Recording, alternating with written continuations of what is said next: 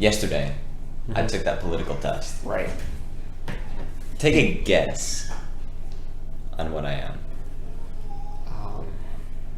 Okay, so if I remember right, did you download the little didn't. poster thing? I didn't download it. I took a screenshot. Oh, okay.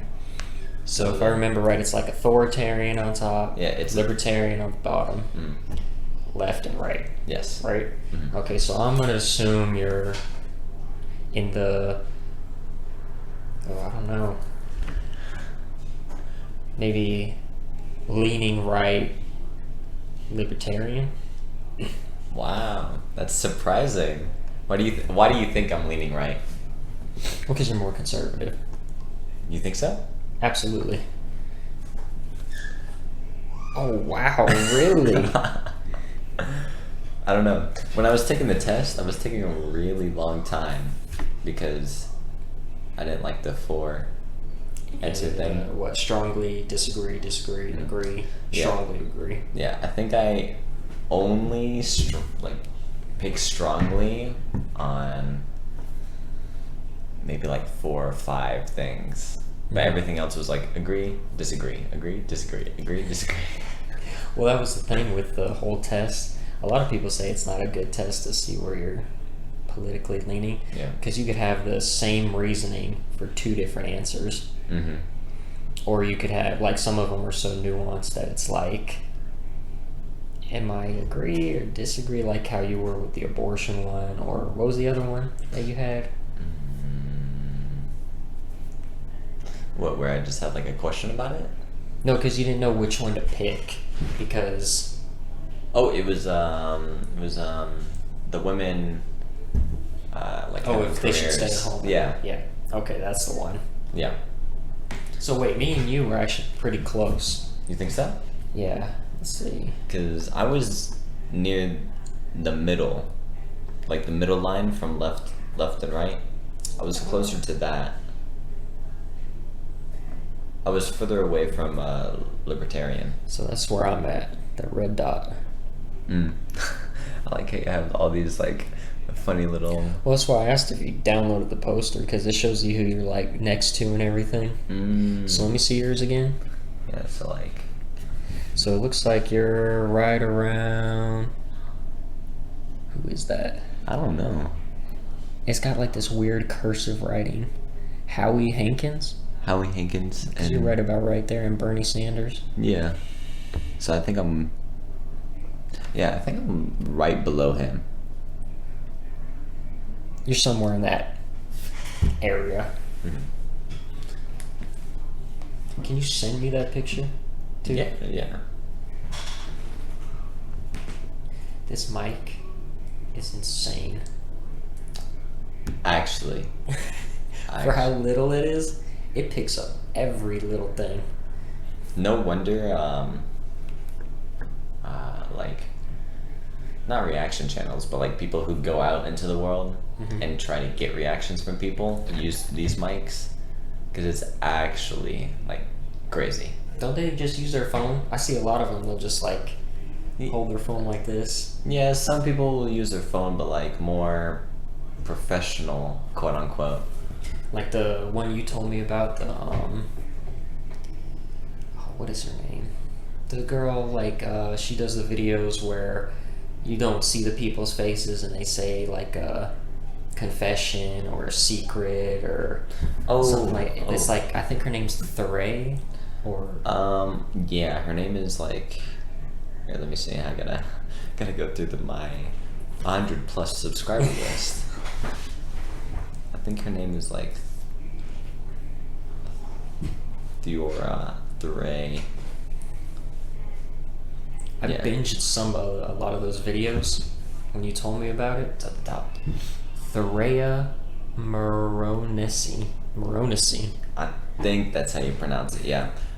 But like, her recently new video, would you like to have some tea with me with strangers, is actually really interesting.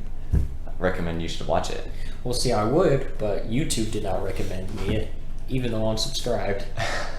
Well, sometimes you gotta go on the subscribe like list. You gotta click on their name, look at their video. I hate that though. I should be able to go to subscriptions and it just pops up everything, right? Well, yeah, but I mean, you have to scroll down because it's based on like daily uploads. So like if someone uploads every day, you'll see their video, at the top of the list because Is that how? Because mine is like, if it was uploaded an hour ago, it'll be it'll be the first one that you see at the top left. Because I watch on the television and not on my computer or phone or anything. Right? Yeah, the videos are based on like time. That's what I'm saying. Like if someone uploads every day, right? Then you'll always see their videos. Like if you go to like this subscription thing and you look at it, you'll always see their videos. But if like the person we just mentioned, I think they upload, I want to say like once a week, then you're less likely to see their video. Okay, well, there's like a YouTube channel that I watch, and they used to upload every week, and it was consistently like every Thursday, or they'd switch it to like every Wednesday or something right like that. But then now it's switched to like they might upload it once every 2-3 weeks. And I still get their videos in my subscription box. Now, is that because like I watch them? Near the top? Well, no, it'll be in order. So, like, that day when I turn on the Switch, right, and go to the app and everything, it'll be like 1 hour ago, such and such uploaded. Yeah. 2 hours ago, they uploaded. And then you just keep going down, and it'll be like 14 hours ago. That channel uploaded. I do have to scroll all the way down to 14 hours ago, but it's there. But the girl that we were just talking about, I never see her videos In the subscriptions thing. in the subscription box. She's in my list of subscriptions, but her video doesn't actually pop up when she uploads. Let me see. Yeah, because the one she just made about having tea with strangers was uploaded 7 days ago, and then the newest video after that was 3 weeks ago. Oh wow! Then the newest one after that is 4 weeks. Then 5 months ago, 5 months ago, 5 months ago, 6 months ago. So It's all over the place. kinda. And I know YouTube likes it when you People- churn out that content. Yeah. Because like if I go to my subscriptions, right, and I scroll down, instantly the first thing is someone who uploads every day, then someone who uploads every day, then someone who uploads every day. So I mean, like, if you're on the grind uploading every day, I feel like you're more likely to see their videos in the subscription box thing. Because like I have a YouTuber on my subscriptions that uploads maybe like once every 7 months, right? But they're like an hour and a half, 2 hour videos, Okay. right? And like sometimes I have to go digging for their new video. Like it's actually crazy. But how do you know when to go digging for it? Or you just like wait a few months? Yeah, And- I wait a few months. I like click on their channel and see if there's a new video. If there's not, and then I go watch something else. See, I can't do that. If it's not right there, I don't go looking for it. Mainly because I forget that the channel even existed. How many people you subscribe to Oh Lord. on YouTube? Have you ever done like every like few years you'll purge your subscription list? Yeah. Yeah. Yeah. Yeah. All right, let's see here. And it's crazy about how many people you just forget. Where does it tell you? I want to say no. Because I'm on the list right now, but I don't see the number. I mean, I know if you look up on the on your computer, it gives you a number. I don't know. Well, we'll just say it's quite a lot. Because here, I'll start at the top and done. Oh, yeah. So it's probably around 100. Even though I don't watch half of these people. Yeah, I know. I feel like you go through phases with like YouTube subscribers. Like I catch myself all the time, like subscribing to someone, watching their content for like a couple of months, unsubscribing, and then months later coming back to their content. It's just like, I don't know. It's weird. Who was like a old YouTuber that you used to watch, but you never would hit unsubscribe, even though you never watch their content anymore? Have you had that? Oh yeah, for sure. Let me see.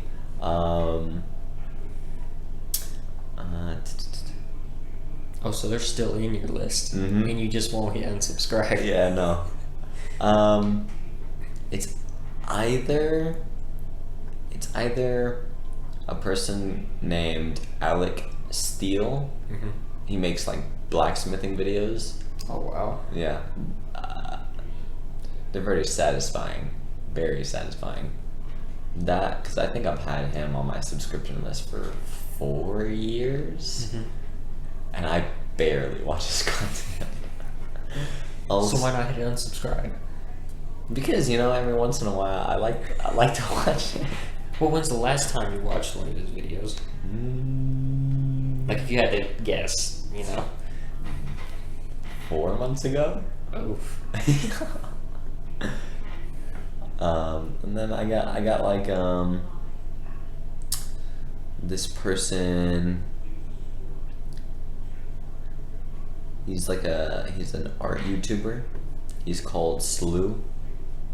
Oh, I know Slew. Yeah. He's the guy that did the He does like the painting stuff, and he has like the weird like head paint thing that's like iconic to him. head paint thing. I think I know what you're talking about. He did like 4 different versions of it in like different colors. But he's also the guy that did like a Renaissance painting of himself or something like that. Where he made himself look like King Arthur. Yeah, and he was holding a sword. Yeah. Yeah. I know him from 1000. I know 1000. Yeah, and I heard of 1000 from, I want to say, Jazza. I think it's Jazza. Do you watch Jazza? Here and there. Some of his stuff is like, it's too much, but I'm not really there for him. I'm there for the art. I see. I don't know. I can't watch people like Jazza. I feel like they like put on like it's the whole fake persona. Yeah. It's not really him. Yeah, it's like super over the top for no reason. Like I like 1000 and Slew because they're more laid back, chill. Also, I recommend if you like those two, you should watch a person called Kipto. He does a lot of spray paint murals and stuff. Was he part of that because 1000 started that what was it called? It was the painting that you sent to different art YouTubers. Yeah, that one. Was he part of that? He was a part of the second one. Yeah. Oh, I haven't seen it. I didn't even know there was a second one. Yeah, there was a first one, and then a second one. I want to say there's a third, but I'm not sure about that one. Because I know the first one got sent to like 4 or 5 different artists. Yeah, because the first one was 1000. Right. Slew was in it. Slew. Jazza was in it. Jazza. I think that one girl. Nerdforge, yes. And then I feel like I'm missing out on someone. There was a guy, I think he did the crow part, but I don't know him. I don't watch his stuff. It was, the crow. And then there was a guy who did the like frame, the crystal frame, right? Yeah, it was like Bobby something. Yeah, I want to say maybe Bobby Carpentry or something. I doubt it's that. Yeah, but. and then there was the guy who did like the weird like leprechaun in the bottom right hand corner. I gotta look up a picture of it now. Yeah. How would I even look that up? Let's see, 1000 painting collab. Painting collab. We'll see what comes up. Okay, the videos come up, but I need images. Here we go. This is it. I don't know if it's like a leprechaun, but it's like a small person. Yeah, it's kind of like a leprechaun looking person, and then those are the 1000, or no, the Slew faces. Yeah. Right, and then Nerdforge did the girl, right? No, the Nerdforge did the the dog and Okay. like some of the background, and then a graffiti artist named Doke did the graffiti. Okay. Right there. I can't remember who did the crow. I have no But idea who did the crow either. Jazza did like the moon and like the rocks falling. Is that a moon? Or Is no, it like it's Saturn or a planet? yeah, it's more of like a planet. And then you had the carpentry guy do the frame. Yeah. Yeah, but there's a second one. I know for a fact there's a second one. Well, I gotta watch that because I really enjoyed watching, like each artist do their like little interpretation all the way through. Mm-hmm. I did not like waiting for the frame to be done. Mm. It took too long for me, but I'm see. impatient. Yeah. But yeah, I recommend. There's a second one for sure. Also, have you seen 1000s, like where he tries to do like his interpretation of like famous, like really famous works of art? Mm-mm. I think he's like, I can't remember exactly, but it's like he did his own version of The Last Supper. Mm-hmm. And he like did a whole bunch of research and like tried to get into the thought process, and he like created his Last Supper. Well, is it still the same with like Jesus and Well, I all mean, the people surrounding him? I mean, he has like his interpretation of the characters. Like he makes his own characters, Oh, okay. and then like, but he has the exact same pose, same setting, Mm-hmm. but like the setting is different. Like, because in the Last Supper, it's like a cathedral. I want to say it's a cathedral. Yeah, But I'm not 100% sure. Mhm. But in his, it's like a cathedral, but like more modernized, and like I don't know if you remember but in the Last Supper painting, there's like giant paintings of like, I want to say kings and queens. I don't remember that. Yeah. All I can remember really is like the table. Yeah. You got, I think Jesus is in the middle, Mm-hmm. and he's got like his arms kind of open, and then he's got, well, how many people is it? 13 people around him, I think so. and then in the background, if I remember right, it's like pillars at the very, very back of the painting. I remember pillars. Oh, okay, yeah. So we were wrong about the cathedral. I mean, it could be a cathedral. You think so? Maybe an old-time shanty cathedral, but a cathedral nonetheless. But yeah, there's a lot of people, and he 1000 basically he made his own characters, but like I don't want to say like their own ranking system, but he had like a power system to them. A power system. I don't know how to. I don't know what to say, but like we all know that like Jesus is in the middle because he has the most influence. There we go. Oh, okay. He has the most influence, and so 1000 was just like, okay, I need to make the person in the middle look like they have the most influence. Mhm. And it's actually cool about how his thought process and his like just creative thinking about these different characters, and like how the setting can correlate to the characters and everything. It's a good series. It's like it's not one video; it's multiple videos. Yeah, I think he's on part 6. So it's not done. From what I know, no. But I haven't watched the newest episode, part 6. I haven't watched it yet. So did he also use like the same painting techniques as he's going through? And like, did he try and use the same paint? Paint is basically what I'm trying to say, just the paint itself. Because I saw one episode of where Jazza was painting, and he was using different paint pigments, and then using egg yolk, and I guess that's how they used to do it way back when. Mm-hmm. Did he do that, or did he use modern paint? He used modern paint. Okay.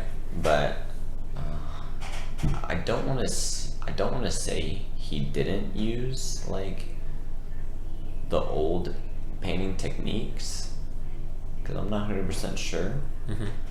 but I definitely want to say most of it is just him modernizing the painting and using modern techniques and just like flipping it in his own style. So taking the influence of the old painting and flipping it with a modernized new style. Yeah, so like think of it as like someone making a cover of a song, but they like modernize it and then like use their own style on the song. Yeah. Yeah, So it's just a new interpretation of an old piece of art, exactly. Yeah, basically. and But it's not Jesus, and it's not religious based at all. It's not religious whatsoever. I'm pretty sure. 10 on Last Supper. Let's see.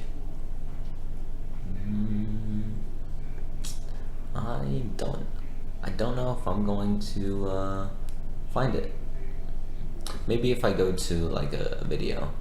Oh, I'm sorry, this might ear rape. Oh, YouTube ad. Unskippable, by the way. Man, them YouTube ads are getting bad. I had one. It was 800 hours. What? And I was like, what? It was skippable, thankfully. Oh, okay. But it was 800 hours, and I was like, who is going to sit here and watch this? And you know what's really sad? When you click on the YouTube or the YouTube video, and the ad pops up, and you're like, oh great, it's another YouTube ad. But it turns out to be somebody's music video, and they expect you to sit there and watch their music video. Yeah, it's just like, I don't know. I feel like if you're trying to make someone watch like a music video and an ad, you have to make it short, sweet, and like rememberable.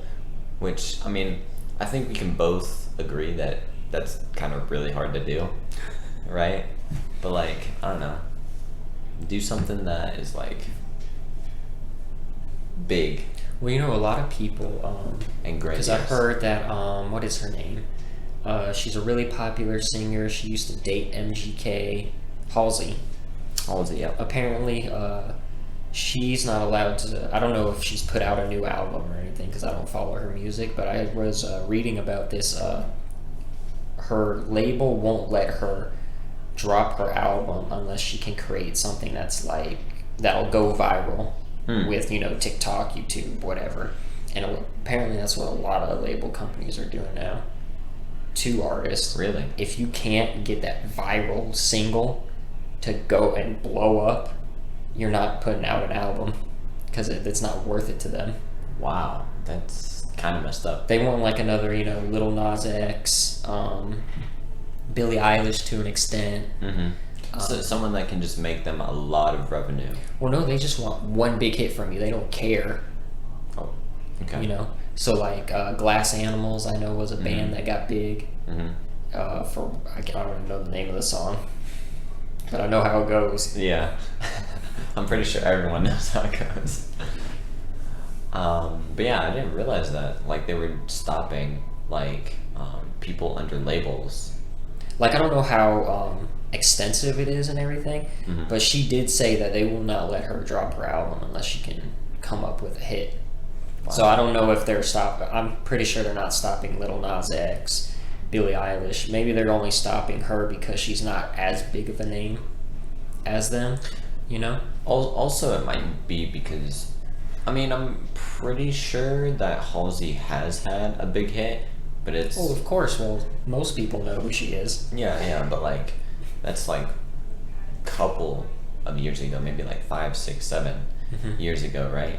So I think that's why they're putting pressure on her, because like...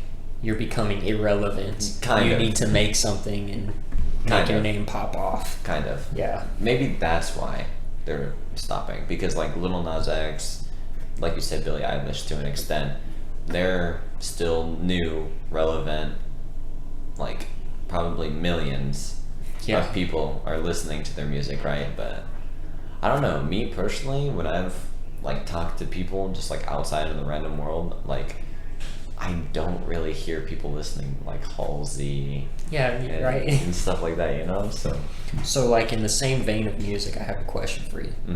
So like because the Billboard Top 100, they now, if I remember right, they count YouTube streams, Spotify streams, and all that kind of stuff as like buying the record and everything, because nobody really buys records anymore. How do you feel about people like Drake and stuff breaking, quote unquote, breaking records that were, you know, made in the past by, I think, like the Beatles, Michael Jackson, Elvis, and stuff? Like, they're breaking all these records even though they haven't sold as many records as them. They're just counting the streams. I definitely think it's kind of not fair, because, like, I mean, I can understand if they counted, like, if Spotify had like a feature where you can buy the album, like the full album, right? Kind of like how iTunes used to have back in the day. You go on the computer and buy it. Yeah. Like, I can understand like something like that, right?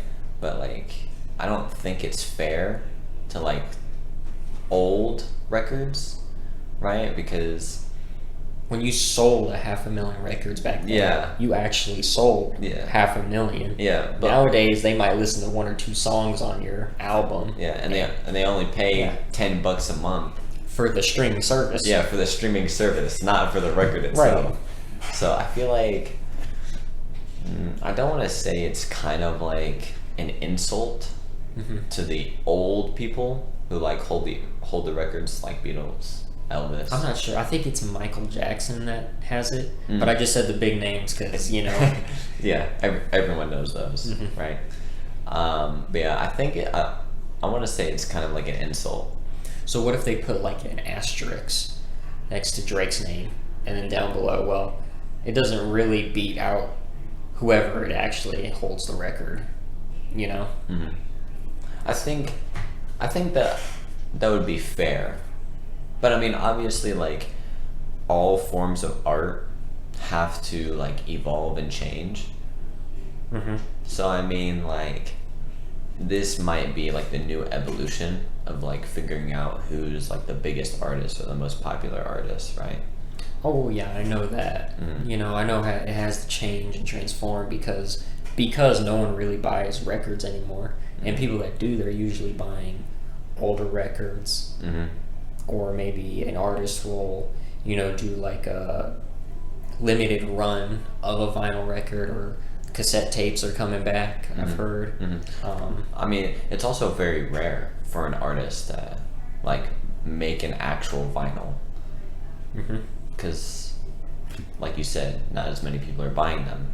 But I feel like, I don't know, I feel like having a vinyl record is just, there's something different to it than just having like you opening Spotify and clicking on a song, right? Like, if you buy a vinyl record, like, you can tell a person is like a dedicated fan, or like, without sounding weird, it's more intimate, you know? Yeah. You have to pull the vinyl from the shelf. Yeah. You have to open it, put it on the record player. You know, depending on what kind of record player you have, you might have to actually put the needle down on, you know? It's more of a experience. You know, I feel like Spotify and everything is more of like, we're in the car, you put in the audio jack, or you connect to the Bluetooth or whatever. Yeah. And you just put some road music on. Yeah, actually, yeah. I've never thought of Spotify like that, where it's like you only use it for when you're traveling, or like when you're doing a task that isn't just like relaxing at home. Because like you hear people, you know, using it in the car, airplanes, train rides, people listening to music at work. You know, it's like that's another thing. You also don't see many people just like taking their time to sit down and actually listen to music and like actually learn how music is like developed, and like how much thought goes into a song. Each note. And then once the song is complete and everything, and you have a whole album's worth of music, you have to compose the list and how it runs down, because you want to have a feeling throughout the entire album. Yeah, but most people nowadays, they're just like, oh, I want a song that I want to listen to like these 3 songs for the next week. Yeah, and then it's just like, I like that genre, so I'll just find stuff like that. Like a trend that I've been noticing about pretty much everyone I talk to about music is they like very, not slow, but like melodical music, where it's just very what's the word? It's very Atmospheric.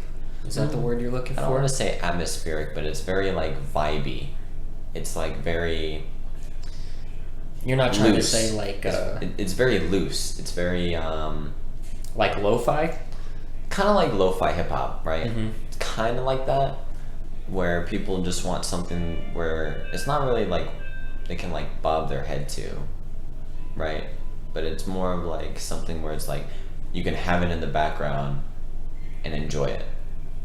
Because I mean, like, let's be honest. When was the last time you heard someone say, "Oh yeah, I like to put on heavy metal music in the background and not really pay attention"? Well, I'm sure there's some people. Well, I mean, obviously there's going to be exceptions. But it's a huge cultural thing. So, you know, like, if I remember right, during or after World War II, a lot of happier music was being made, I think, right near the end of the war and after the war.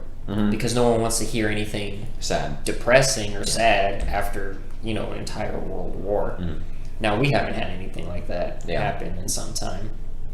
But it's also come down to with people don't like even listening to lyrics anymore. Oh yeah. They'll sing along to the lyrics, but they don't really even know what they're saying. Yeah, like it's actually crazy. I had a conversation with my friend where she was just like, you know, I love this person's music, right? I love the beat and this and that. I'm just like, do you pay attention to the lyrics? Like when you, like, if you, like they say, let's say they drop an album, right? Are you actually going to like listen to the lyrics the first time you hear it? And she was just like, no. Like, I want to listen to the beat, and if I, you know, get a good vibe from the beat, I like the song. And it's just like, I feel like, well, I think I'm like that too, because like first time you listen to an album, like let's say the first time I listened to Mad Villainy, right? If I remember right, I didn't listen to the lyrics. Like, I wasn't deep diving into them, you know? They were there, and I was conscious of them. You know, you get a laugh here, or, you know, you're like, oh, that was a good lyric here and there. But the second listen is where I would actually, you know, dissect lines and break it all down. Yeah, but, like, the person I'm talking about, she's just like, the lyrics are there, but I'm not listening to them. Like, at all. Like how you said you were like, I'm consciously listening to them. Like, I get a laugh every now and then, right? She's just like, the lyrics are there. So will she sing along to them? No. As well? Oh, so they're not even there. They're not just even there. The beat. It's literally just the beat, and if she feels that the beat hits, she'll like the song and then take the time to listen to the lyrics. I think that's how a lot of, or I'd say most people are now. Yeah. When it comes to music. Yeah. As long as the beat is good, they're in for the ride. I feel like that's kind of depressing though. It is, because you have, you know, somebody like, who's somebody real lyrical. Kendrick Lamar, he dropped an album not too long ago, right? I guarantee you a lot of people don't actually listen to the lyrics. They're just like, oh, this beat is fat. And then it's like, that's it. Yeah. Like, speaking about Kendrick Lamar's new album, there was like a whole bunch of like controversy about when he dropped it, about how like people were expecting it to explode and how like it didn't really explode, when I mean it actually did, because like now, like you said, bringing it back to the top 100 Billboard, how they're counting the streams, like within the first week he had like 1 billion like streams and views on his album. And like that's kind of like the weird mix, right? Because people are like, oh, it flopped because he only sold like 100,000 records, right? And it's just like, that's still a lot of records, right? It is, but you got to look at it at the, you know, grand scheme of things. Because of the way the internet is now and everything, we live in a society where everything is accessible.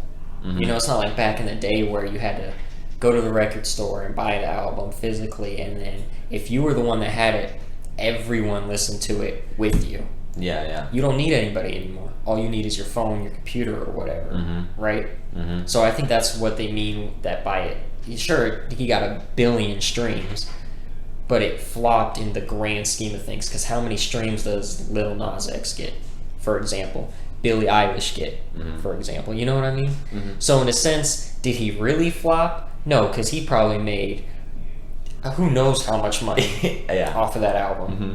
But comparatively to, you know, other artists, it may not be as much. And if you're not making as much, people see it as a flop. Yeah. You know? Which, honestly, is, to me, it's kind of weird to think that way.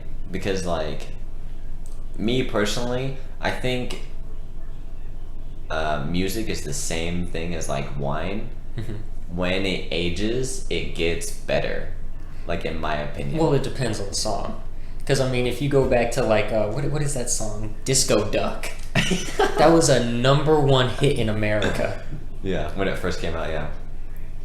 You listen to that now. I mean, I kind of like the song. But nobody's going to listen to that song nowadays. You never know. Disco culture is coming back.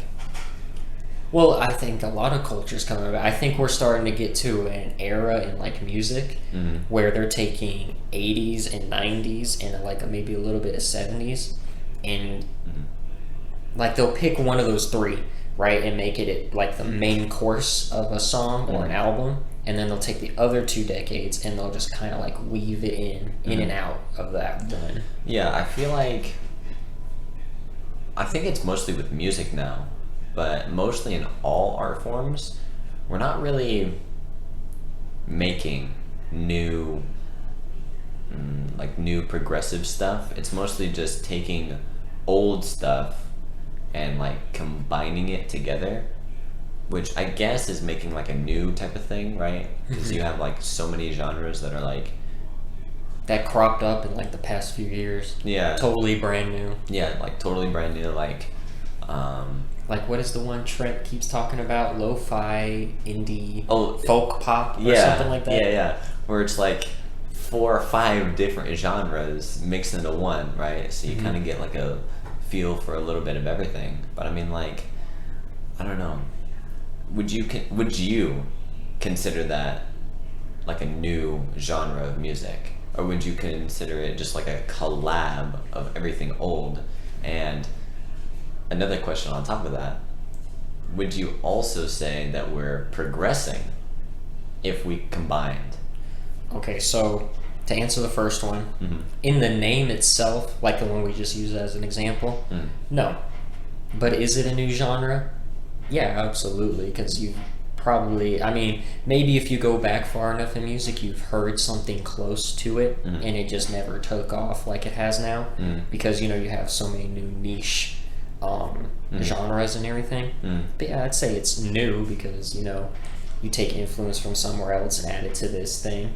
It's a whole new thing. It's not the old thing anymore. And your second question was? The second question is, do you feel like combining older stuff and making it what you say is new now, do you think it's us progressing? Like, let's say in the 60s and 50s, right, they had mostly jazz, blues, and stuff, right? Then became more of like pop, right? With, you know, like Elvis and that type of stuff, right? And then like in the 80s and 90s. Well, Elvis was 50s and 60s, right? I think so, but I think he gained most of his tractions in like the late 60s, early 70s. I think maybe. I don't know. I'm not an Elvis aficionado. Me neither. So, but like in the 80s and 90s, that's where like I don't know if like rock music was I think 70s is when rock, maybe not rock as we know it today, but rock the genre started taking off along with pop music. And then 80s was maybe hair rock, hair metal, and metal started taking off. And then 90s I think was grunge, punk, and all that stuff. Yeah, but like like they were progressing, right? Because Mm-hmm. in the 70s you didn't have grunge and stuff like that, right? They made that, right? And it's not them combining different genres. Okay, I see what you're saying. I think I have an interesting theory on it. Mm-hmm. Maybe not theory, ideology or Mhm. whatever. So like here sitting now, right? I would just say off the top of my head, no, we're not progressing. Mhm. Because to me almost everything sounds the same, Mhm. right? But then you think back to back then, we only know the good stuff from the 90s, 80s, 70s, 60s and stuff. That's very true. I'm pretty sure back then everything sounded the same, Mhm. except for, the few stars that, Really stood out. really stood out. Mhm. And now because we're here and we're living it, Mhm. everything sounds the same. Mhm. But 20 years from now, we're only going to remember the good stuff that came out, or maybe the funny stuff or something. Because like I'll never forget like Gangnam Style. Yeah. Yeah. I'll never forget. What is the name? I can't even remember the name of the song. Lil Nas X, his big hit, Old Town Road. Old Town Road, yeah. Like I'll never forget that song. Yeah. They're not necessarily good songs, Mm-hmm. but there's part of that like They're I don't want to say they're like forever stuck in the culture, but I mean like they left a big impact. yeah, when they hit hard. Mm-hmm. And then like you look back to like 90s and 80s, Mhm. you can think of like Metallica, Nirvana, Mm-hmm. who's like big, like is still known today, because those are like the main two that I can think of. Mm-hmm. I mean Michael Jackson, because he did make Yeah. music back then. Would you say like System of a Down? Honestly, I feel like System of a Down isn't like as big as like Metallica and Nirvana. No, absolutely not. Would you? They're big, but they're not that big. Mhm. Because like you could go to somebody and it's like, hey, do you know the song "Smells Like Teen Spirit"? They may not know Nirvana, but I guarantee you they know the song. Yeah. And Now they may not know any of Metallica's songs, but I guarantee you they know the band. Mm-hmm. Yeah. Like everyone knows Sandman. Everyone knows Master of Puppets. Mhm. Like you said, Teen Spirit. Everyone knows Lithium. Yeah, Lithium. Right? Yeah. So, who else would be big? I mean, everyone knows Elvis, Everyone, even though knows he's earlier on. Mm-hmm. Aretha Franklin. Yeah, Aretha Franklin. I mean, I don't know if Red Hot Chili Peppers made like music in the 90s. Queen. Queen. Yep. I honestly feel bad for getting that. I mean, there's the Beatles, but they were also earlier on. Mm-hmm. You know what I would love as an album? Mm. Like 3 artists that I would love working together making an entire album. Mm. Now, this may sound crazy. They've already made one song, and only one song. Oh, really? Rihanna, Kanye, and what is his name? Oh, he's from the Beatles. I can't remember his name. Is it John Lennon? It's not. No, John Lennon's dead, man. Oh. Here, it's the one song, the 4 or 5 second song. The 4 or 5 second song? Yeah. I don't know. Here, let's see. It's right here. Is it the singer? Paul McCartney. Paul McCartney, yeah. So it's Rihanna, Kanye West, and Paul McCartney.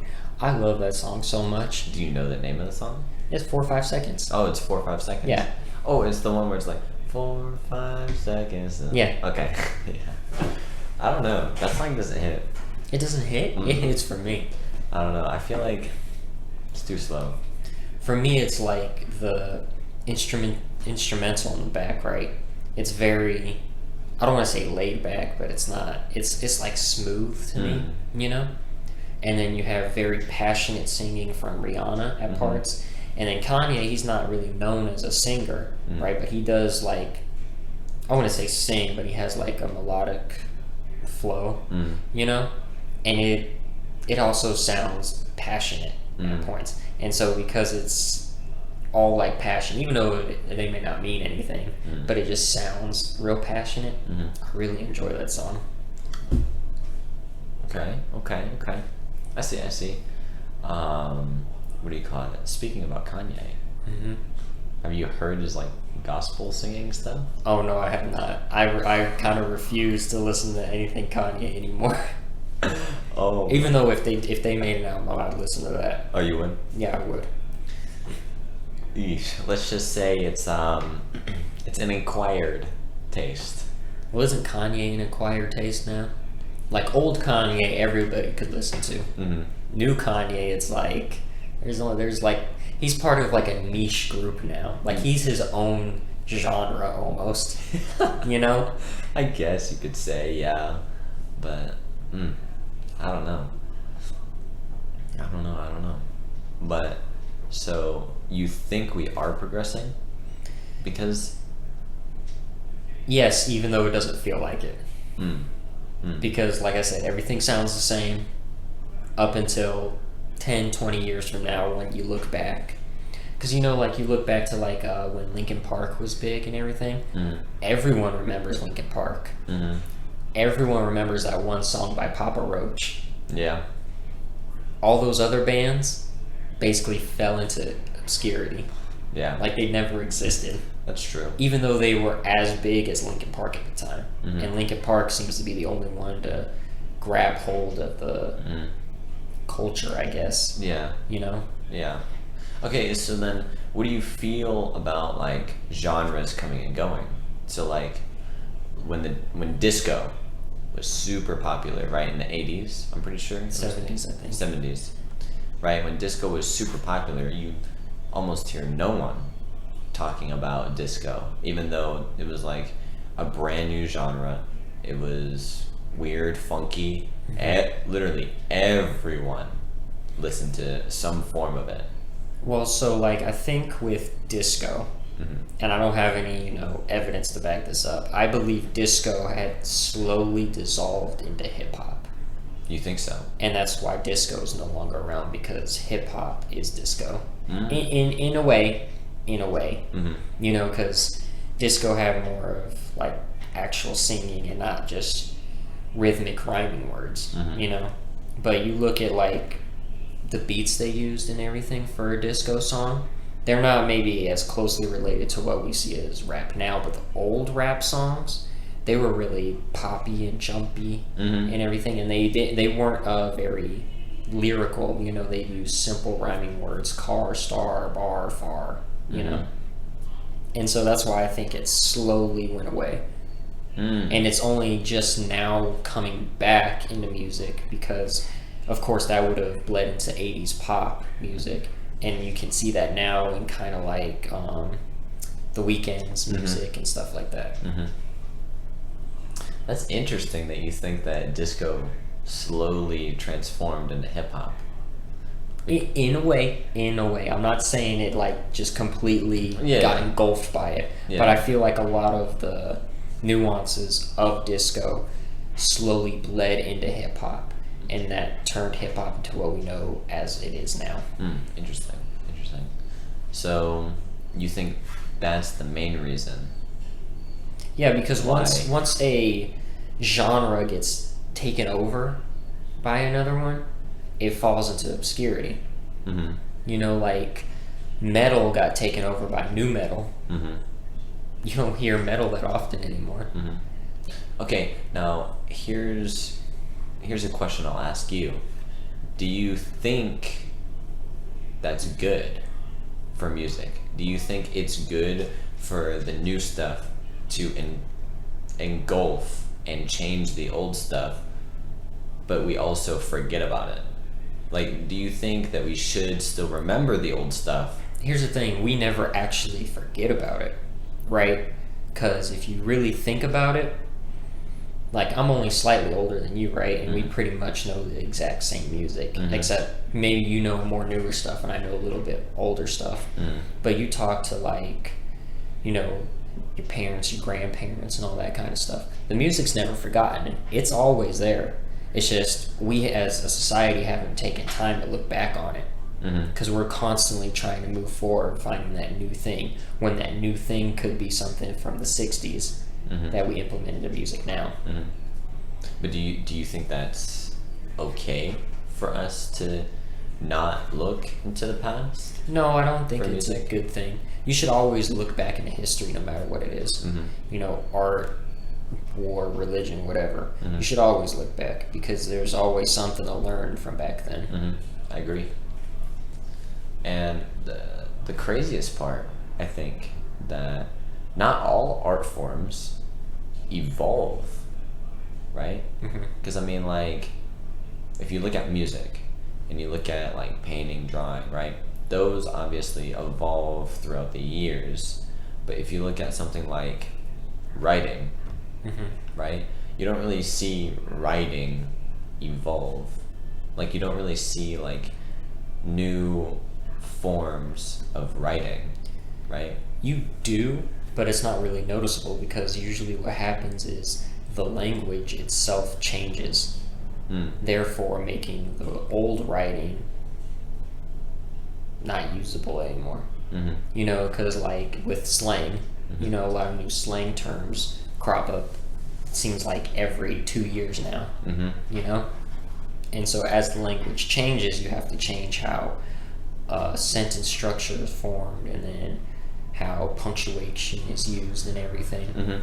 And so it does change, but it takes a language so long to change that you don't really see it. Because like if you look back at Old English, it's written completely differently than the way we talk now. Yeah. So back then it was different. It's just not, doesn't seem like it's changing now because only thing really in our language that changes is the slang. And it takes decades, hundreds of years for an actual full language to change. That is very true. That is very true. Because like even people that like talk how do I put it, like broken English, right? Even they know how to punctuate their broken English. Yeah. Sometimes, I'm not going to say all the time, but they know how to punctuate their broken English, but they're not going to speak like how they write. Yeah. You know? Because you have a lot of people, they can write even better than some Americans, and they're not from here. But they don't speak it as well. Yeah. That's interesting. But like, I mean, yeah, like the language change and like the sentence structure changes and stuff, but like you don't see like a new art form of writing, right? Because you always just have poems, writing. I think you do, but it's mostly attributed to music. You think so? Well, because like I saw this one interview with Rakim, and he was talking about he puts 2 lines on the paper, and he can only fit so many words in those 2 lines. And once it's filled up, you go down to the next line, put the 2 lines again, and it fills up again. And that's how he would write. Now, that's not a sentence structure that we would ever use, you know? So he did change the way of writing his lyrics for music, you know? But we don't see it, we hear it. Yeah. You know? That's very interesting. And then, like, Outkast, Andre 2000, like with Aquemini and everything, he doesn't hit on the beat every time. He misses it sometimes, or he'll go over it sometimes, right?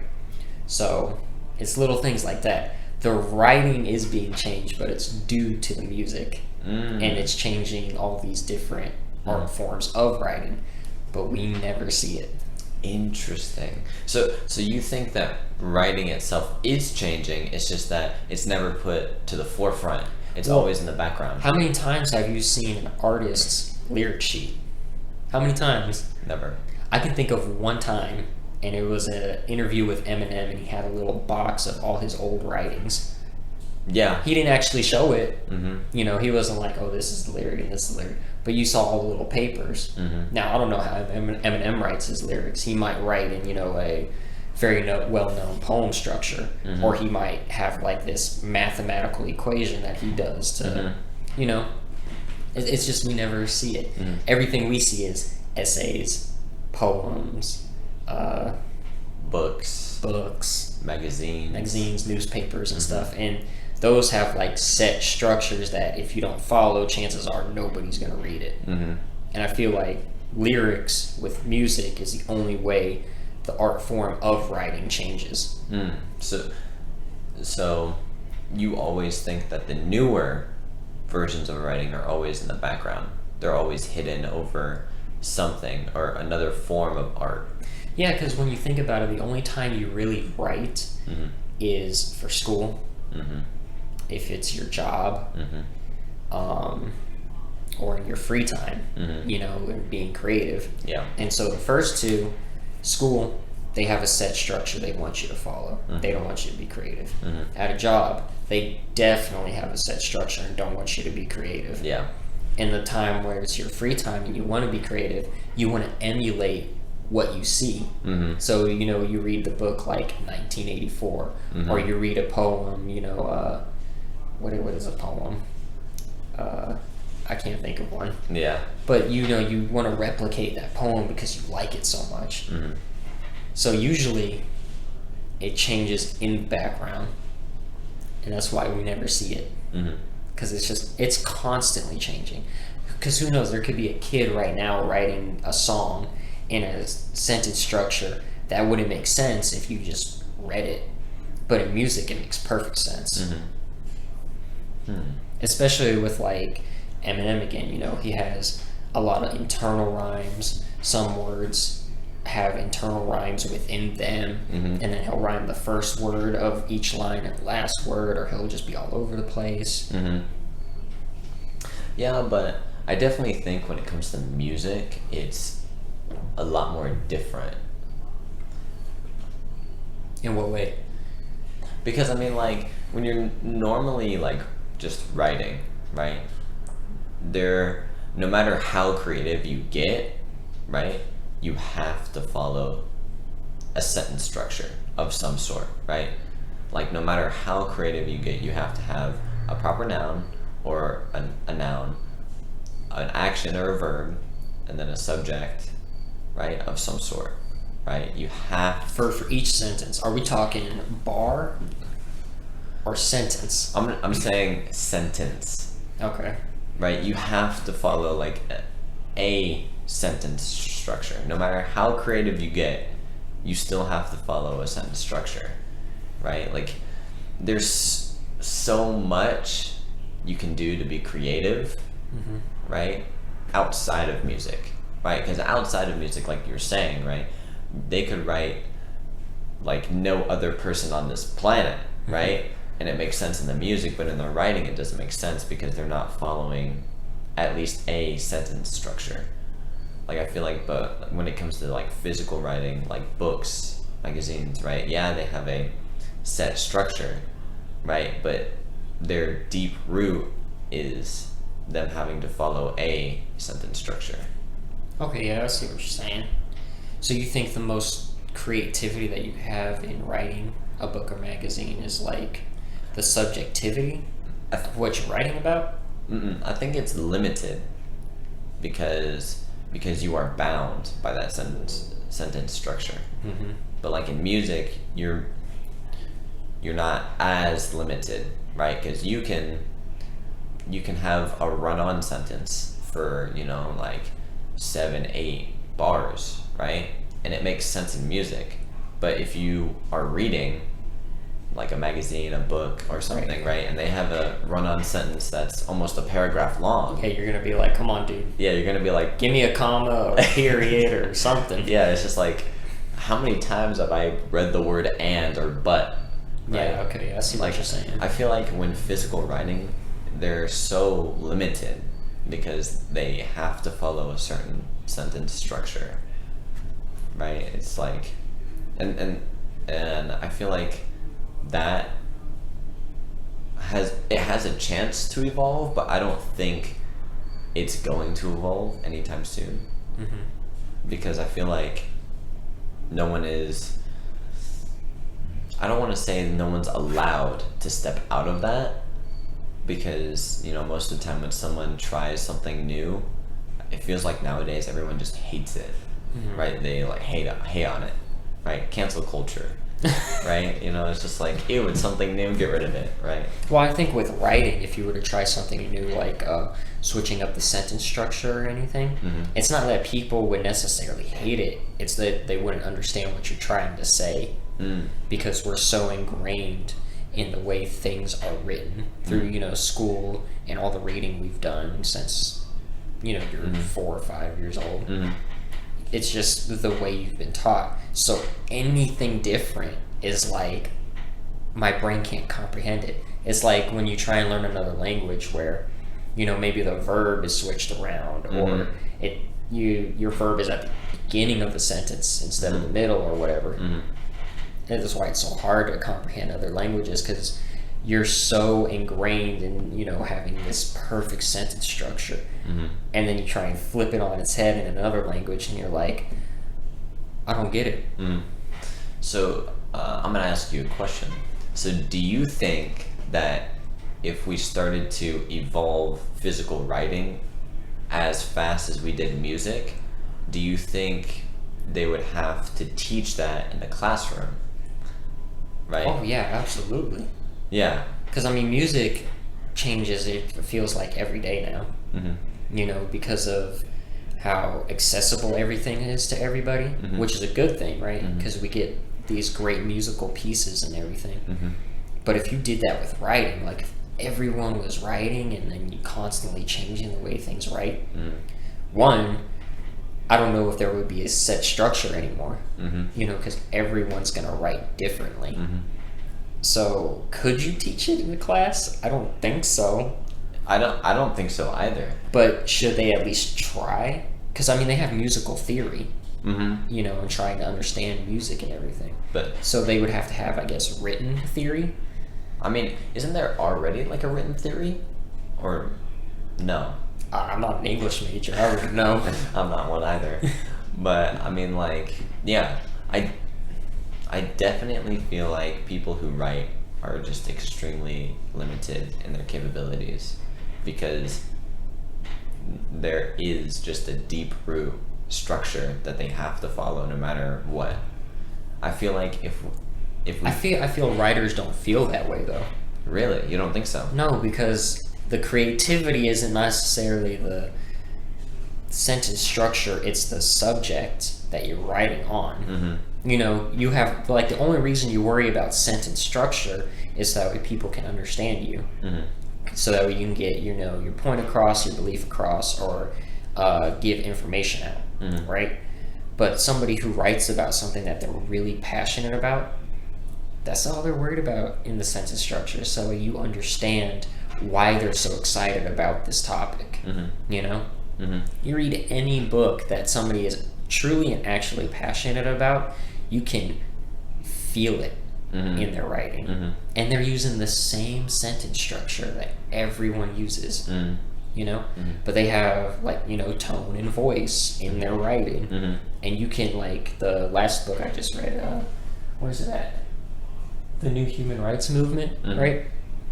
That's a perfect example, because I've heard him talk in interviews and everything, and the way he talks is the way the book is written.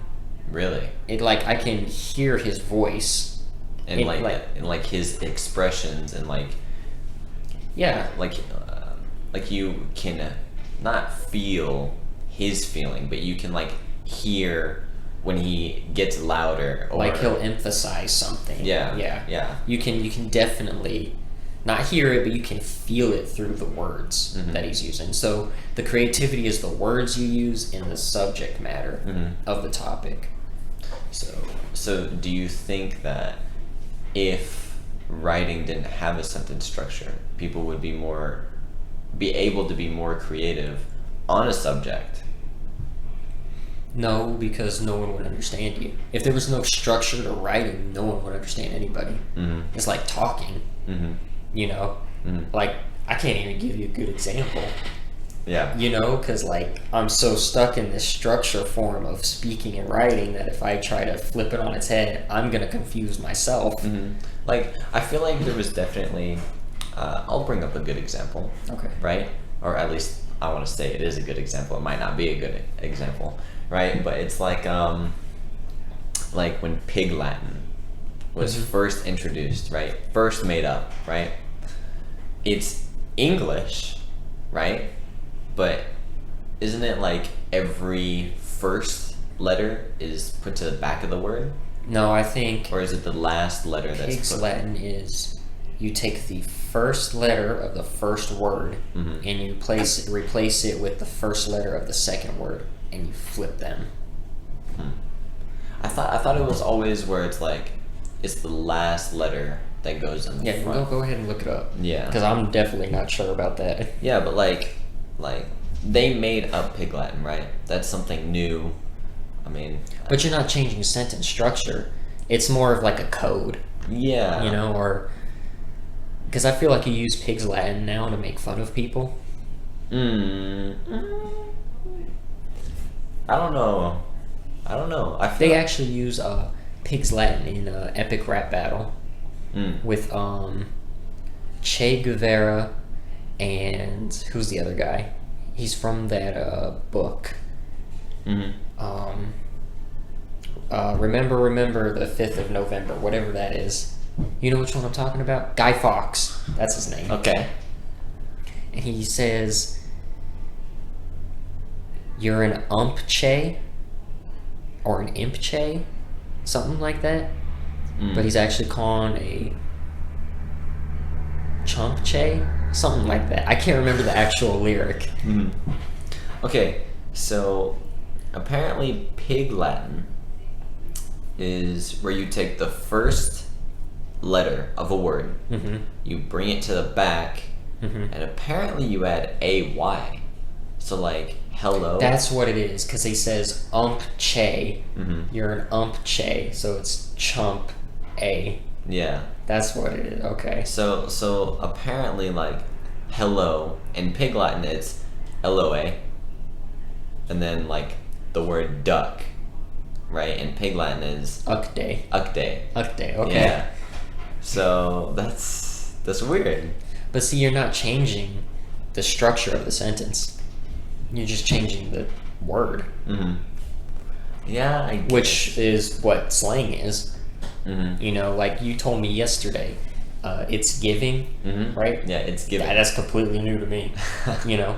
But the way you explain it to me makes perfect sense. It's completely changing the word, but it still has its old meaning and now it's new meaning. And then the same thing, like when I was in middle school, you know, it used to be, oh, that's beast, or however people used to say it. Yeah, it's so savage. Or Yeah, something like that. all that kind of stuff. Yeah. Okay. I'm starting to piece together the puzzle pieces. Because I mean, like, so like you've written, right? And you do creative writing and all that kind of stuff. You feel like if you change the sentence structure, right? Like if you wrote 2 poems, let's say, one in good sentence structure, or at least in a poetic structure that's known, and another one that's just completely creative, off the wall, doesn't make any sense. You think people could understand the 2? They'd understand the first one more than likely, but the second one, would they be like, I have no idea what you're trying to even get across here? I definitely think they could, but it has to go about the way I write it, right? Because if I write it in a certain way that doesn't have a sentence structure but is creative enough, right? I feel like it is still possible for people to understand, right? Because I feel like if you don't have a sentence structure, you go based on more of trying to understand what the person is feeling. So you're saying it's like finding that fine line between structure and creativity. Yeah. And you're saying that fine line hasn't been crossed, or at least stumbled upon, in a very long time? Yeah, I want to say, right? Because I feel like if we go back to Old English, right? Old English, right, obviously had a sentence structure, but it's completely different from modern English. Right? So I feel like, but like if you still read Old English, right, you might not understand the language, but you could definitely interpret what they're trying to come across, right? Because we've all read Beowulf in high school, right?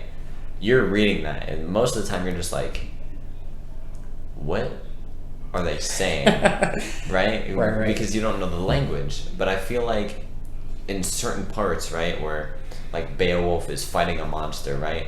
And they're like, oh, ye old Beowulf grabs Grabbeth, the Yeah. swordeth, yeah or whatever. grabbeth the swordeth and the monster Plungeth it into its throat. yeah Or gullet or something like that. yeah like in some certain instances you can still understand what they're saying because even though they have a different sentence structure, right, and it's more I want to say Old English is more loose, right? Mhm. It's like it's not bound by like where you always have to have like certain things in a sentence. It's like almost like a rubber, like a rubber band. You can move it around. Yeah. Where our structure is more like a pencil. Yeah. You try and bend it, and it's gonna just break. Yeah, I feel like I feel like that's a good example, right? Where like Old English, right? Like they had off the wall, more creative sentence structure, but you could still understand what they're saying. But the main reason why we don't understand what is written and what they're trying to convey is because we just don't know the language, right? Like, So does that mean you're gonna create the new sentence structure that we're all gonna follow and everything? I mean, I definitely think it's possible. So when you write, you feel limited. Yes. Because you have to follow the structure. Yes, I feel limited in some forms, right? Because my creative writing, right, unless I'm making like a poem, it's not a subject. I'm more of creating things like a place or an environment, right? And so I feel extremely limited in the sentence structure, right? Because I have to convey something in the sentence structure. Well, now, would you say it's the sentence structure itself, or is it because you're not as, I don't know how to put it, Not good as- with words is the best way I could put I- it. Like, I definitely like you don't have a large lexicon Mm. to, you can just grab a word and throw it in the sentence. I definitely think it's a mix of both. Right. So what part of the sentence structure is like a wall to you? I feel like in the sentence structure, right, there always has to be something happening, right? But when you're making something, there's almost never going to be something happening, right? Like if I were to write your house, right, I would say there's 4 walls, a roof, and this, right? But there's nothing happening, right? You're just describing what the house is, what it's made out of, this and that. So would you consider that something happening when you're describing like a building? Would you consider that like, oh, the roof tiles are a wooden coloration that are made out of stone and the walls are protruding with sharp edges and stuff? Would you consider something happening in the sentence, or would you consider it Well, not? it's just a description from somebody, Yeah. right? So the thing that is happening is they're describing. So you think when you're making like an inanimate object, like a building, you don't think there has to be something happening? Well, chances are, like, if you're writing a book, Mm. it's better to have something happening while you're describing something. Because if you just describe it, everyone's going to be like, okay, I get it. It looks like this. Let's get back to the story. It's nice to know what the things look like that the story is happening in. But if the story isn't happening while you're describing the thing, it's like, why do I care about this? I care about the story. Yeah. So that's why I feel limited, right? Because when I'm trying to create, right, I'll describe the entire building, right? But in my mind, I feel like I'm describing your building once again, right? I feel like no one cares if I just describe your building. Like, if I was just like, okay, at 9 p.m., there's a guy who tries to break open your white wooden front door that has like cracks and creaks and edges that form a column in the middle of the door, right? Like, you feel like there has to be something happening while you're describing. And I feel like that's just very limiting when you're just trying to create something. Well, when you create, right? Mm-hmm. Like, if you're trying to create a building using words, Yeah. that's all you're trying to do. There is no story yet. Mm-hmm. Because in order to have a story, you have to have the setting. Mm-hmm. And then once you have the setting and the story, then you combine the two and then create this whole new, beautiful writing set in the same structure that everybody else uses. So, do you think that when you're just describing a setting, do you think that you shouldn't look as if something should be happening? What do you mean? Like if I was describing a setting, let's say in the woods, right? And I just described the grass is green, there's tall trees, there's a river, right? Do you think in the setting there has to be just a little mix of story in there, where it's like, instead of me just saying the grass is green, trees are tall, there's a river in the middle, you say the grass is green and it's swaying, the trees are tall, big, and there's things living in it. Well, see, that's what I was about to say. There doesn't necessarily have to be story happening, as long as the description is well thought out. If you just said, yeah, there's some green grass, there's some trees, there's a flowing river. Yeah, you get the image, but no one cares about your image. Yeah. Now if it's like the wind is blowing through the trees, creating a whistling sound, and you can hear just above the whistling sound the rippling of the water that the river creates while flowing down. It creates more of an atmosphere, because not only are you getting a visual, you're getting sound as well. So you don't necessarily need story for that. Now, I would say it definitely helps if you have story in that. As he's riding through the forest, you hear the whistling wind and the flowing river as it ripples across the rocks, or it crashes through the rocks. That creates a whole different atmosphere too. It's all about the word choice. I don't think it's the sentence structure. You don't think so? I really don't. Because it's all about the words you use to convey whatever sound, feeling, or whatever you're trying to portray. It's the same thing with, like, in movies. I know it's visual art, but like when it's raining, usually it's a sad scene that's happening. Yeah. And you can tell that because it's raining, or it's dark and moody and everything like that. Same thing with writing. He's riding through the forest, wind's blowing, all that kind of stuff. You get a sense of action, and everything. Now, depending on the action is depending on how he's riding. Is he, on a horse trotting through the forest? Or is he on a motorcycle riding through the forest? Two different things, So you definitely think when you're just creating the setting, you don't need any story or descriptive words surrounding you think that you make a setting, right?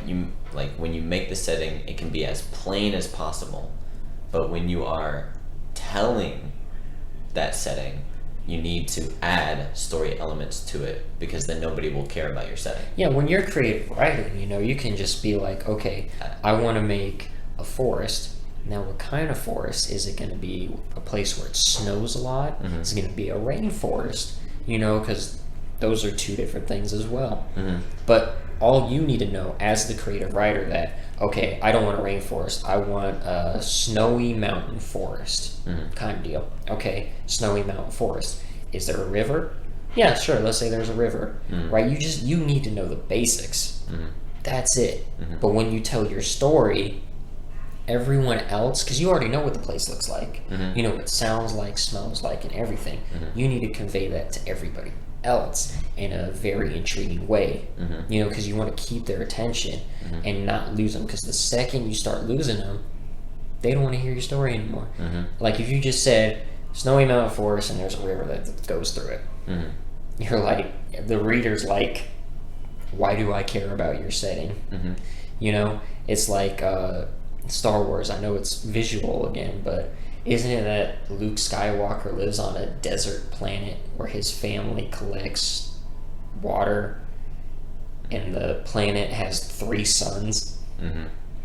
That's interesting, Mm-hmm. you know, and that was plain, but it's interesting. Mm-hmm. So you can make plain interesting, but you just have to find the right words to use, Mm-hmm. you know, because like desert sun, family collects rainwater, and there's 3 suns. Mm-hmm. I think that's what it is. At least I'm not a Star Wars guy, so. Mm-hmm. But that's interesting, you know. And snowy mountain forest with river. Which one would you rather read about? Definitely the planet. You know. But so do you think you can be plain with your description? It just has to be something that people aren't really familiarized with, because I'm pretty sure everyone has No. seen a forest. It doesn't have to be like that. Like, sure, it's awesome and everything, because we don't live on a desert planet with 3 suns, Mm-hmm. right? We live on Earth. But if you can tap into somebody's, like, subconscious mind with words, with, like, a smell, Mm-hmm. you know, and they're like, oh, I haven't smelled that in forever. Because, you know, when you're outside and you catch a whiff of something in the wind, and it takes you back to, like, 10 years ago, and you're like, Mm-hmm. whoa, where did that come from? How do Yeah. I get a candle of that? It's like that, but you're doing it with words. Mm. And it can be plain as day, because everyone has heard the wind whistle. Mm-hmm. Everyone's heard that. Mm-hmm. Everyone has heard running water, Mm-hmm. but it depends how that water's running, Mm-hmm. whether it intrigues them or not. Mm-hmm. You know, because if, like, the Colorado River, how people do the rapids and everything, that water crashes against the rocks. Mm-hmm. And people know what that's like. Mm-hmm. Or is it just a slow-moving river? And I mean very slow. You can't even hear the water move. Mm-hmm. It makes a big difference on how you describe everything. That's why I don't think it's the structure. Mm-hmm. It's the word choice. Mm. Because maybe you're using a lot of the same word choice for things, but that's because you're just using plain stuff for yourself. Mm. But then when it comes to the actual story, you're going to spice it up for the story.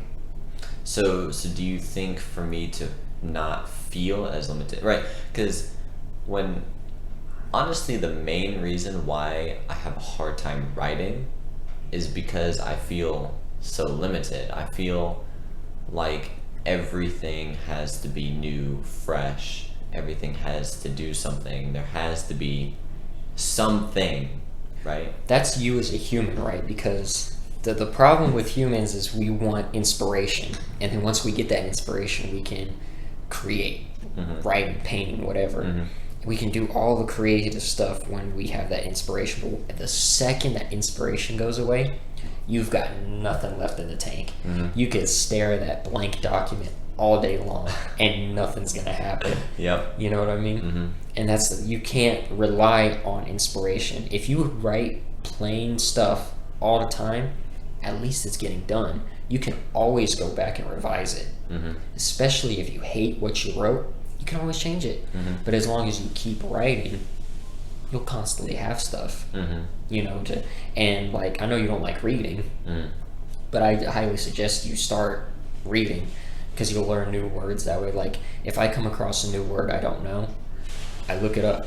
I'll Google it, you know, Me too. because I want to understand what I'm reading, you know. Mhm. And I think that'll help you a lot. Mm. The more words you learn and the more descriptive you can get, the better off you'll be with your creative writing, because you'll have all these new words, and all that plain stuff that you wrote, you can change it all and it'll seem fresh and new, and you really didn't change anything. Mhm. You just changed the way that it was written. So do you think that it's definitely better when you're writing to just have like a tab of like a thesaurus? Well, no, There. because I feel like you should use words that you actually know. Mm. You know, because if you're just like, what is a different word for this word? Yeah, just like synonym for cool, right? Yeah. And then it just shows a whole bunch of Yeah, like, it shows like 45 words, and you're like, oh, well, that one's not different enough. yeah. Oh, that one's different enough. I'm gonna put that one in. Mhm. And then you come back to the document, and you're like, What is that? I don't know what that word is. Mhm. And then you have to Google it again. And then maybe you get it and then it sticks in your head that time. Mhm. But I feel like you should really try and use words that you actually know Mhm. and can use in conversation. Mhm. So that way you actually know what you wrote down. Mhm. Yeah, no, I I can definitely see your perspective. I can Mhm. definitely see your perspective, right? Because if you make a plain description that uses pretty much every single word that you've already used, you feel It's repetitive. it is repetitive, nothing new. Yeah. But if you use a thesaurus, right? Or well, your own thesaurus, right? Because you use all the words in your head. yeah, and you change cool for fantastical and large for enormous, right? Mhm. It doesn't feel the same. Yeah, it gives a whole like when you think large, I think of like a fat cat, Mm-hmm. Mm-hmm. But when you say enormous, I think of like a giant, Mm-hmm. Mm-hmm. Yeah, something that's really, really tall Yeah, and big. and it can like you could say the group traveled over the large mountain. Mhm. You're like, oh, so it was probably like Just a hill that they call a mountain, Mhm. but you say the enormous mountain. You're thinking Mount Everest. And then you tack on more words to that. Mhm. You could say enormous cliffside mountain. Mhm. So they have to walk this cliffside the entire time. Mhm. And then you could describe how big the cliffside is. You can go in all sorts of depth and everything. Mhm. But then that's also dangerous territory, I believe. Really? Because you can be too descriptive and lose your reader. Okay, explain. Well, because let's say you're trying to describe the room to somebody. Mhm. Like when I wrote my book, I try not to be too descriptive, right? Because some people can't figure that kind of stuff in their head. So if I say like, you walked into the room, there's a table in the middle, there's a bookcase on the right wall, and in the left corner, closest to you, there's a desk, Mhm. right, and all that. Some people they get lost in everything, especially if you break the description and you have your character do some action, right, and then you go back to describing because maybe he's come closer to stuff in the room. Mhm. Oh, he's closer to the refrigerator now, and you're like, wait, hold up. So there's a desk, table, bookcase, refrigerator. You just think completely lose them. Yeah, you just think it's too much to keep track of. Yeah. But if you describe like, oh, he walks into the room, there's a table in the middle of the room, bookshelf to the right. You don't say the desk. Well, you could just say like he walks into his office. Mm. What do you think of when you think of an office? You think of a desk. You may think of a bookcase. Mhm. There might be a table or something. And if it's important to the story, you can describe it. Mm. If like he's interacting with it. Mhm. So if he walks into the living room, Yeah. you automatically think TV, couch, maybe a couple chairs, coffee table. Mhm. All that. You don't have to say it. Mhm. People know it's there. Mhm. And even if it isn't there in your head, it could be in theirs. It's up for them to interpret what that living room looks like. Mhm. But then he interacts with the couch. Mhm. He sits down on the fluffy couch Mhm. and he moves the blanket Mhm. so that way he doesn't sit on it. All little things like that. Mm-hmm. So you're saying like when it comes to like certain things, it's better to be plain, but then as the more time, I would say the reader is in that space, then you start to describe more and more. As you're creating whatever you're creating, a book, a story, whatever, you can be as plain as possible. Mhm. I would recommend not doing that, so that way it doesn't feel repetitive. But if it works for you, be as plain as possible. Mhm. When you go and revise and edit and all that stuff, spice everything up. Mhm. Where it's needed. Mhm. If it really is just plain, wherever they're at, it's plain. You've told the reader it's basically just a normal cabin, Mhm. and everyone knows what a normal cabin looks like, right? Mm. You don't have to describe it, so they know they're just in a normal cabin. I mean, you can give it a little bit of spice, so that way they're just not like, oh wow, they just went to a cabin. Mhm. But it's all the little things you don't want to go in. It's like a fine line again, right? Mhm. So you want to reach that fine line of giving them just enough description where it's interesting, they know where they're at. But you don't want to get too descriptive where it's like, I don't know where everything is in this room. I'm so confused about everything. You know, you want to keep the reader right on that fine line. They know everything they need to know in that moment in time. So, do you agree with the whole thing of like the more time a reader spends in kind of like this environment, the more descriptive you should be? Because like let's say, right, a person walks into an office, right? You're immediately put in the environment of an office. There's a desk, table, bookcase, chair, right? Computer. More likely. Yeah, right? They're automatically put in that environment. But as you said, the more he interacts with stuff, do you feel like you have to be more descriptive? Like you can't just be like, Yeah. he walks up to the desk, prints out a piece of paper. So like in the book I wrote, I don't remember the exact way it looked, but if I remember right, when you open the front door to his new apartment, right, to the left I think is the kitchen, and it's a open floor plan, right? So there's an island, there's a bar that follows the wall and everything, and to his right is where like the living room is. But I only described the kitchen for the most part because that's where they mostly interact, is in the kitchen. But later on in the book, like way later on, he's in the living room. So now I have to describe where the couch is, TV, all that kind of stuff. I see. So you definitely agree with the whole, when you're in an environment, the more you're in that environment, the more you should describe a bit. As long as it's pertinent to the story. Like, my character was physically sitting on the couch. So now I need the reader to know he's sitting on a couch. He's just not standing in the living room. You know, he's not pacing the room. He is sitting on the couch. You know, he's in the kitchen making coffee. You don't have to explain how he's making the coffee unless it's like, you know, a completely different way that nobody really knows about. But he's just making coffee. You know, he poured the coffee grind in the thing. They don't need to know that. They know how to make coffee. Yeah. So, okay, I have a question for you now. Okay, so if you think, right, that writing can be plain in the beginning and then develop as the more and more time the reader is in the mental environment of what they're reading, do you think it's the same in movies?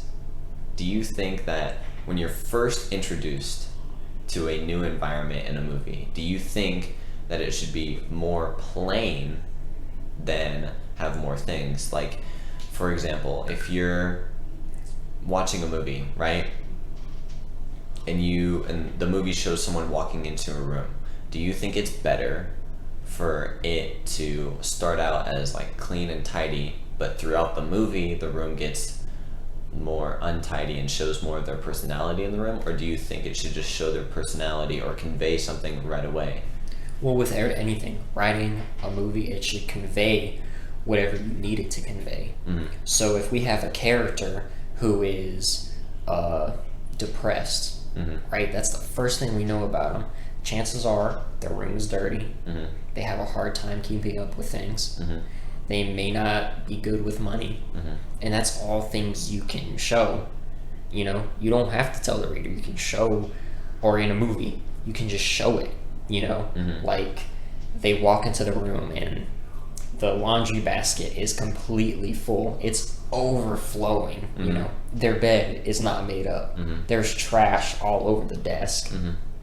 The carpet doesn't look like it's been vacuumed in months. You know, and then you can like show little things like maybe they're not good with money, so you know, they start out their morning and they go to grab some coffee right before work or something like that, right? And the card gets declined. You're showing wall telling because, you know, you probably will see a scene of it being declined. So it's little ways of showing things. But same thing, book, movie, doesn't matter. They need to know what they need to know. They don't even know any more. Like, do you really need to know the character's favorite flavor of ice cream? Not really, unless it's pertinent to the story. You know, you don't need to know that. You may know that about your character, and that's good. You know that because maybe you'll hit it big, and everyone wants to know what the character's favorite ice cream is. Then it's pertinent. Yeah. But if it's not part of the story, no one needs to know it at all. So descriptions on writing and visual just determine on based if it's pertinent to the story or not. Yeah, because like if you start adding things that aren't pertinent to the story and don't continue the story, people lose interest. You know, it's like, I can't remember what the show was, but it was just like character after character after character kept getting introduced. Why do I care about this fifth character? You know, I'm supposed to care about the first one I saw, right? And maybe the second or third. Yeah, but now I'm at this fifth one. I don't care anymore. I don't care about any of the characters because you've thrown so much at me. Or even if it's one character and you just throw so much of that character that I don't need to know about, why do I need to know?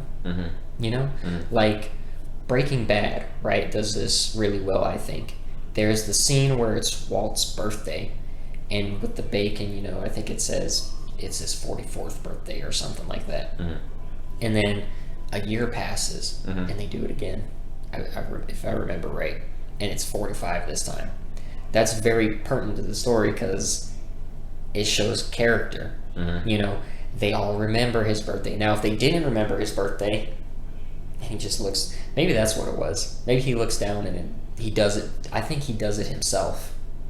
I think that's what it is. Like the first time they show it, his wife, Skylar, something like that, broke the bacon up for his birthday. But then his next birthday, no one's there and he does it himself. I think that's what the scene is. And so no one's there, and it shows a lot. Like he still cares about his bacon being broken up. It's not big in the grand scheme of life and everything. But to him, it's very important that part of his life is still there, and it's not. But like, see, that's something small that usually you wouldn't even think about, but it says a lot. You need to know Walt cares about his bacon being broken up on his birthday. But you didn't know Walt's favorite ice cream flavor. Yeah. You don't. So I see. But how does something that small tie into the story? Like how? Like, see, I'd have to go back and watch Breaking Bad because I can't remember every little detail. If I remember right, Skylar and his son are no longer living with him, right? But he's doing all that drug stuff for his family, and they're not there anymore. So, you know, the show starts off, it's his birthday and everything, and the broken bacon and all that kind of stuff, and he's like, this is tradition, we do this for each family member, you know? And then his next birthday rolls around, no one's around. Not his wife, not his son, I don't know if they had the daughter by then, not his brother-in-law, sister-in-law, none of them are there. It's just Walt and his bacon. But that bacon being broken reminds him of his family who's no longer around. You know what I mean? I know it sounds stupid, but it's very important to the character of Walter White. Yeah, because it shows that he cares. He truly does care, but he, by doing the drug stuff and then knowing about it and everything, or at least his wife knowing about it, it's like, you know, it's butting heads. Yeah. He wants to do everything for his family, but in doing so, he's tearing his family apart. Now, do you think a scene like that is created because of the story that they portray? Like if let's say Breaking Bad hasn't come out yet. You're the creator, right? And they're just like, okay, I want a person to do something to help their family, but at the same time tear it apart, right? They have that big kind of like umbrella, right? And then they have like the smaller stuff under the umbrella, right? Do you think that when you have a big umbrella scope like that, you need to have the smaller stuff like that? Not right away, but as you're writing your story, you might have like that aha moment where it's like, this would be a perfect scene to show that emotion and everything. And so, like, you might just write Walter's first birthday in like the first season, right? And you're not even thinking of that. But as you get closer and closer to it, you're starting to think like, how do I show like his family's no longer around? Like, of course they're not in the house anymore, but you want to show more. You want to show that Walt still cares about it, right? He cooks himself breakfast. If I remember right, they used to cook breakfast together as a family, and then the son would come in. No one's there to cook with him anymore. It's just Walt. Eggs and bacon, and then he sits down, and the bacon's just sitting there. It's not broken up. It's not brought to him already broken up and made. He has to do it because no one is there anymore. And it's that slow progression of little things that you can drop in to a story, and then you get to that moment, and then he just looks around and there's no one. You don't have to say anything. You can see it. When you're reading it, you can feel it. You know? So would you say, like how you said throughout the story, the more it progresses, like you can drop little things. Do you think in the moment, like before you see him with no family and he has to break his own bacon, do you think like the small things like that are kind of useless to drop? When you're first writing something, I would say you don't really need it. You know? It's when because like when you create characters, if you don't care about your characters, no one's going to care about your characters. You have to care about your characters to make other people care. I agree. Right? So as you're writing, you know, you're giving these characters personality and everything. You were literally creating a person, an alien, whatever, but you're creating its everything. So as you're creating it, you can drop these little things in. It doesn't have to be in your outline all the times you're going to drop a little bit of personality. It should just naturally occur, you know? And I feel like that's the best way to do it. You have an outline so you know how your story is going to go. And then you can have an aha moment, or what if I do this moment? And then you just write it and see if it works. If it does, awesome. If it don't, edit it. You know. So do you think that when it comes to the small things, you need an outline? No, you don't need an outline for the small things. Have an outline for your story, and then once you come to a part and you're trying to think, how do I evoke emotion here, or something like that, it's up to you to come up with a scene to evoke that. You know, whether it's a movie or a book, because you know, with a book you're going to use words. It's all words. But with a movie, it can be the atmosphere around the characters. It could be something really small. You know, maybe a character is just looking at something in their hand. You know, and you don't really see a background at all. The lighting, the weather, the people around them, the people who aren't around them, all that kind of stuff. Those are the little things that also matter. You know, does he have a big group of friends? Are they there anymore? Yes, they're still there. Okay, so they're all right. Or are they fighting? You know, it's... So you definitely think that the small things, not necessarily needed, but they enhance the experience of the reader or the person watching the movie. Like I said, it's a fine line. It's a fine line. Because you can overdo it as well. Yeah, for sure. You could drop too many things in, and your reader's like, I don't care. Or the person watching the movie is like, yeah, okay, let's get back to the actual thing I care about. That, or they don't even see all the small little things. Yeah, you could add all the small little stuff, and it doesn't even hit. You know, it's just like, okay, that was weird that they put that in. Yeah. You as the writer you know what you were trying to correlate. Mm-hmm. But them as the reader, they might go like, Yeah. Mm-hmm. I feel like that's definitely like a challenge for a creator, is to have that fine line of knowing when to have the aha moment and when to not put in like so many little things. well, it could, like, if we go back to music, right, it could be a thing of like, do I do more or do I do less? Mm-hmm. You know, because some people, they'll listen to the same track that they've been working on for the past week. They've heard it hundreds of times, but they're still wondering if they should put a snare drum on that one little hit, right? And they're just like, I don't know. And then they put it in, and they're like, is that better? Did that sound better than last time? Then they take it out, and they just keep doing this cycle. Mm-hmm. Sometimes you just have to call it. Mm-hmm. You know, it is what it is, and put it out there. Mm-hmm. Like, when I was writing my book, I would just write some of the stuff I don't like. I haven't gone back and edited it, Mm-hmm. right? It's September. I finished writing in February, I think. January, February. Mm-hmm. I haven't looked at it at all. Mm-hmm. I don't remember a bunch from it. Mm-hmm. I'm sure when I go back, it's going to be garbage, Mm-hmm. and I'm going to have to change everything. Mm-hmm. But that's all the little things. Eventually, I'm just going to have to say, it's done, Mm-hmm. you know? Mm-hmm. And put it out. Okay. Okay. Mm.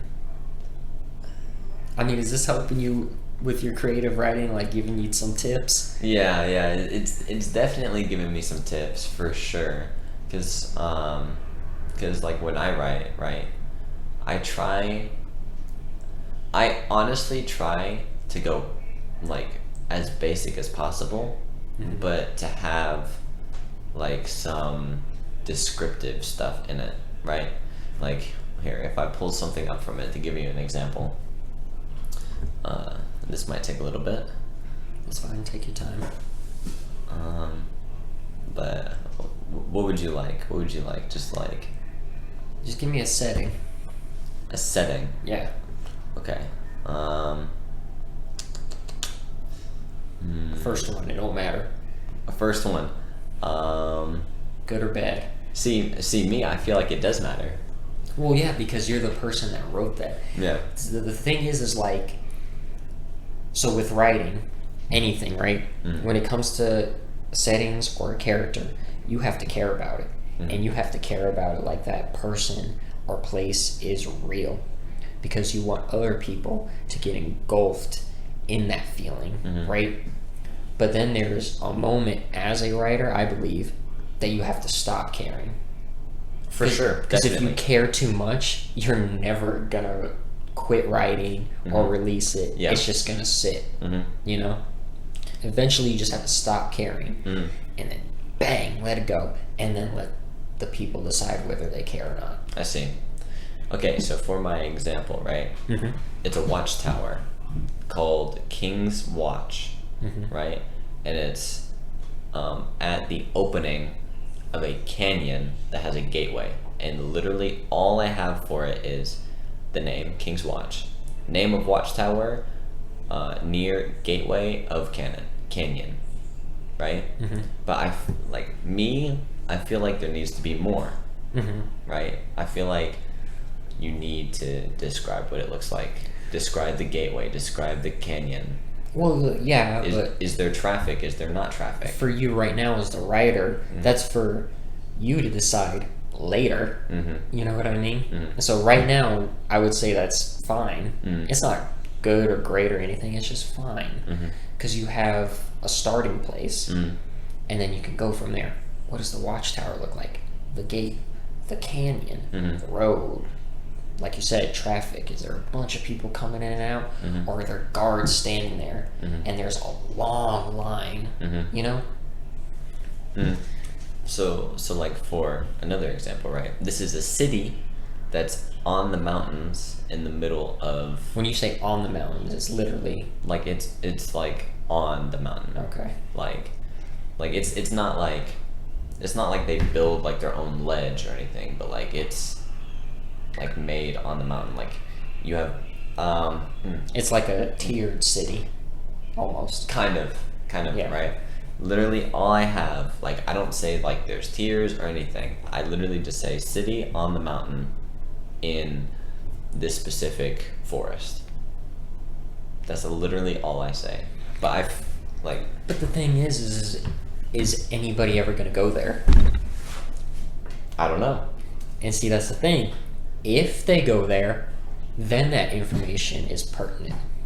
If they never go there, why do we need to know what it looks like? So do you think as a writer, as a creative writer making settings, do you think that you should only make the setting have more information when like the reader or the person involved goes to that setting? So like Okay, so like for you, you're creating a world Yeah. for like a D&D game, yeah. right? So if you were to write a book Mhm. and try and sell it of your world, right, for other people to use and everything, you'd have to put in everything, right? So that way, whoever is the DM for that group that bought your book and wants to play in your world, he can create whatever story he wants in your world, but he needs to know every little thing about every place. You as the writer, don't, because you can just make it up. Yeah. So basically what you're saying is like, right, because on this continent that I'm making, right, there's 4 quadrants pretty much, right?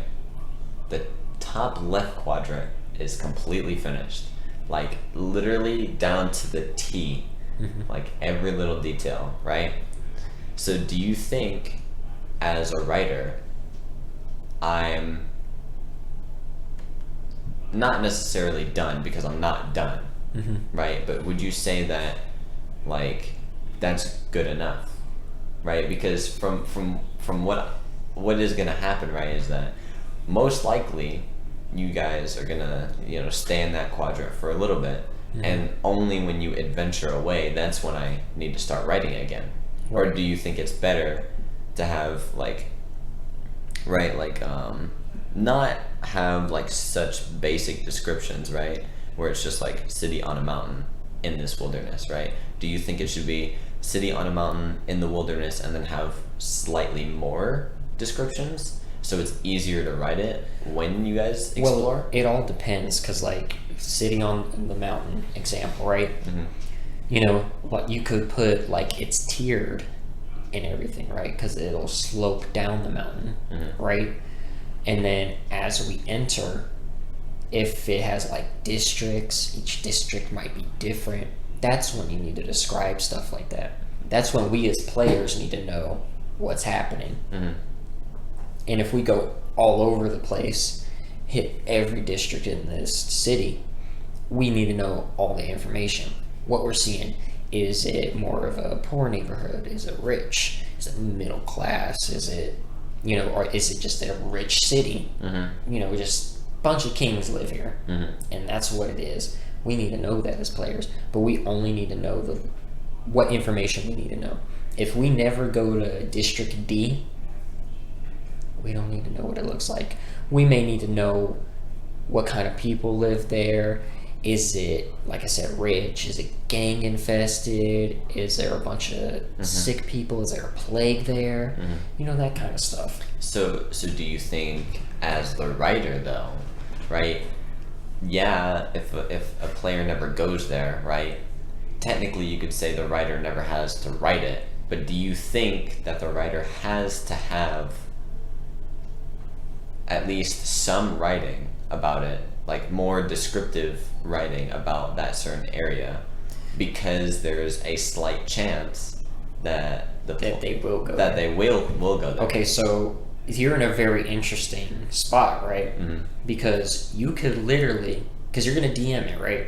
You could literally just write it on the spot if you wanted to. I wouldn't do that. Yeah. I'd at least have, a little bit. A guideline. And then if they need to know more past whatever guideline you have, then you can come up with it on the spot. You can end the session, however. Yeah, okay. So like, for example, right, there's this town. I need to find it. It's called Patara, right? And I literally have everything written down, right? So I have the districts, the government, Culture. the all that culture, kind of stuff. right? Crime. I even have crime, the geography, right? I have all of this. I have the districts, what they look like, Economy. economy, right? I have the districts, what they look like, what happens in those districts, who may rule those districts, right? I have all of that, right? But there's definitely a chance, if you guys were to go there, that you might not hit hit everything. little thing. So you think, as I'm writing, right, there's definitely some things that I should just have full detail in, like government, culture, economy. If this is just for us to play as a game, you don't need a lot, because you can always come up with it on the fly. You can always end the session so that you have more time to write. If it's something that you eventually want to turn into a book and sell, they need every bit of information, just about. So if it's just for us, right? So Yeah, you don't need that much information. So like for the city of Patara, right? It's an underground city, right? And it has layers. Like, think of it as like an ant farm, right? Where they have the surface level, then they have, you know, the tunnel level, and then they have like where they sleep level, right? There's 3 different levels. There's the Vulcan layer, the Terra layer, and the Axis layer, right? And each layer, I have like homes.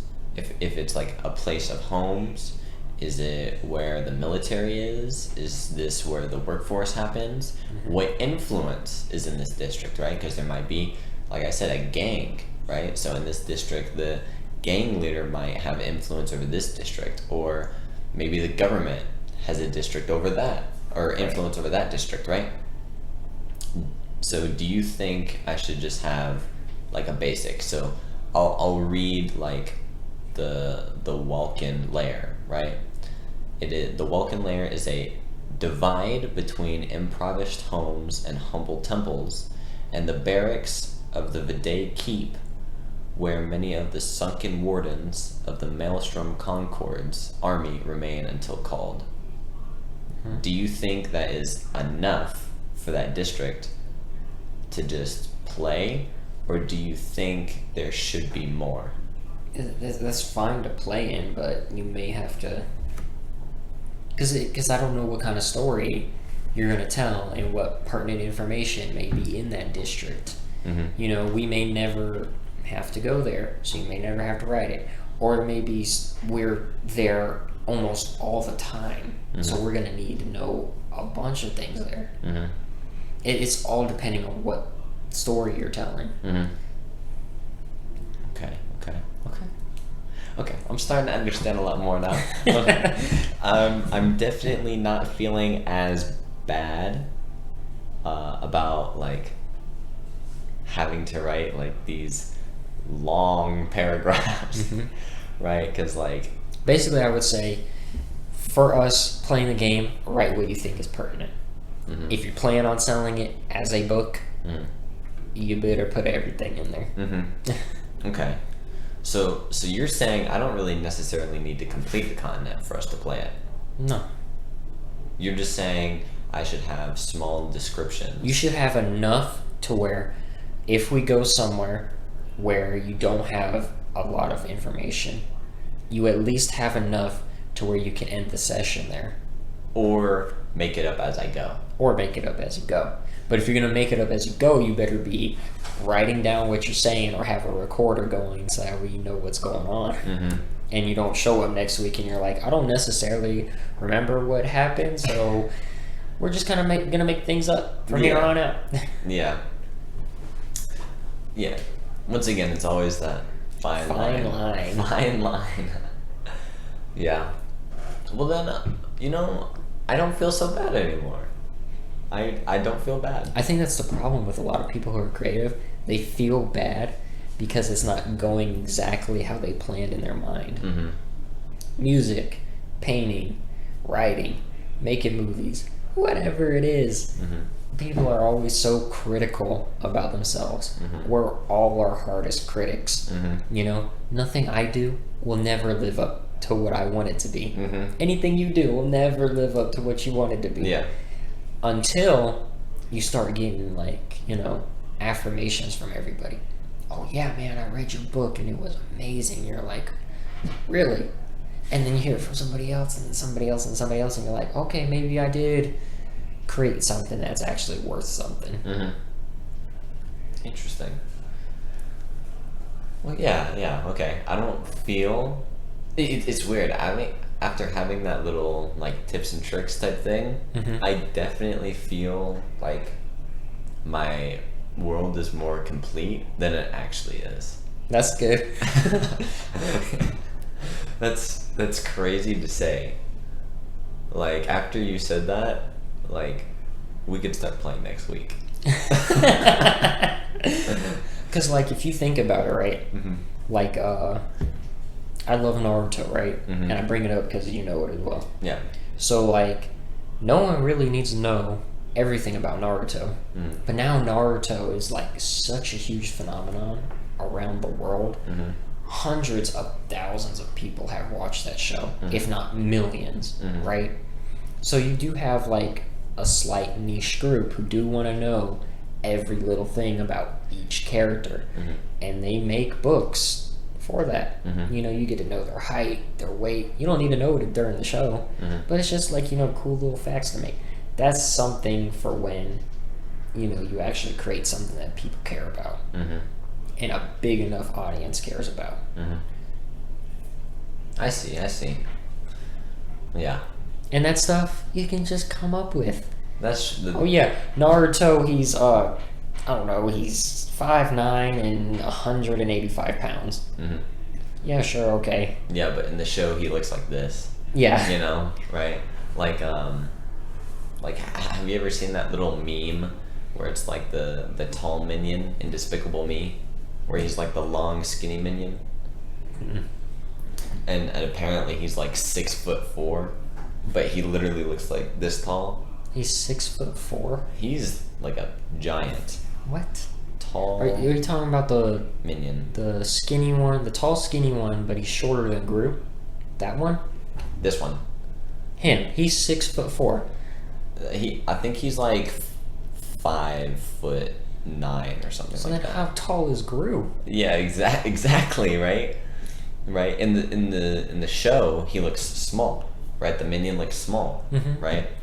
But if you get into all the little details, Gru is probably like 20 feet Who tall. found out that he's 5'9"?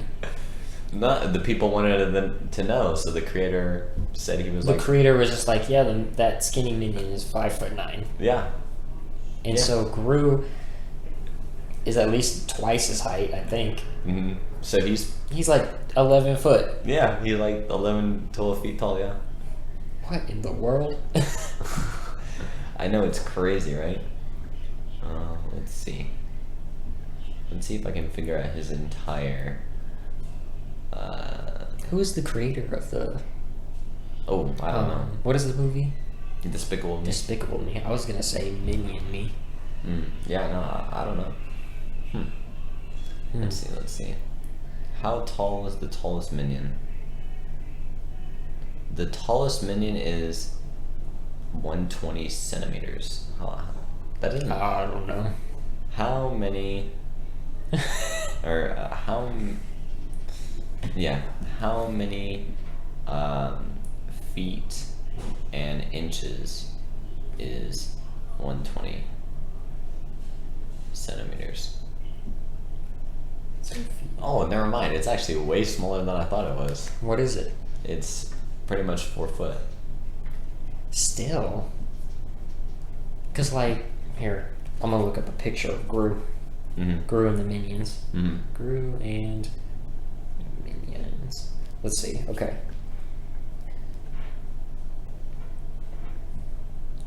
So,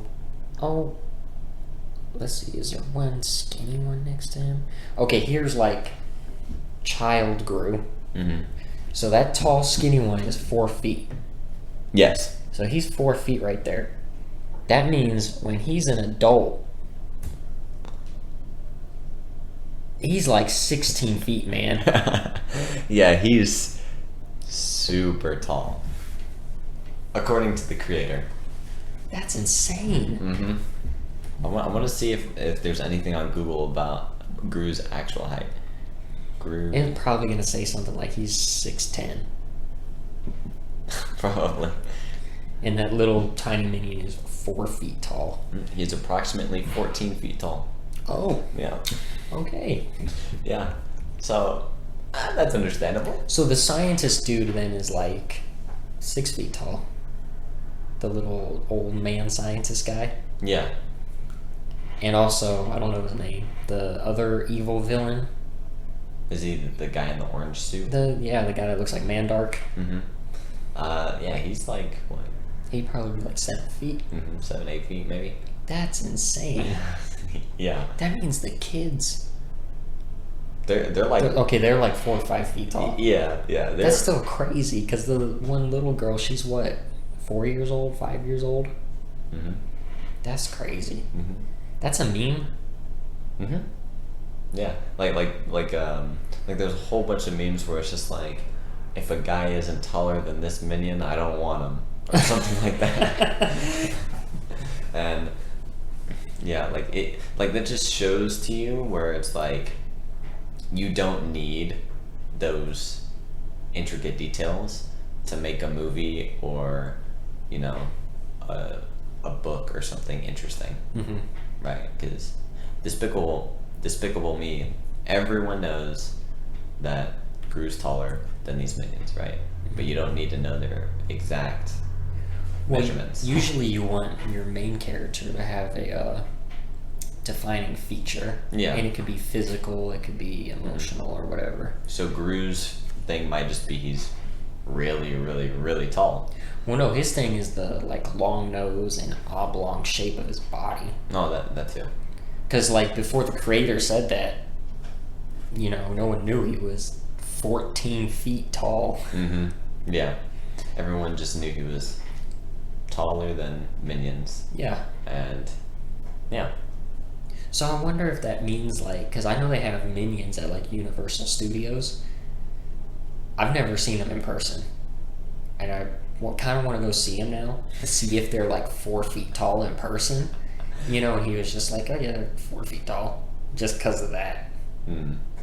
That'd be crazy. You just walk up to a minion in Universal Studios and it's just like slightly below your chest. And then, can you imagine if they had a life-sized Gru statue? Jeez. And you just gotta look up at it. But yeah, something like that, right? You could take into account with writing, where it's you don't need all those intricate details to form something or a story. So what's your favorite movie? You have one. I don't know. Okay, so we'll go with favorite video game then, because I know you like Sly Cooper, right? Yeah. What is it about Sly Cooper you like? Is it the characters? Is it the gameplay? Is it the setting?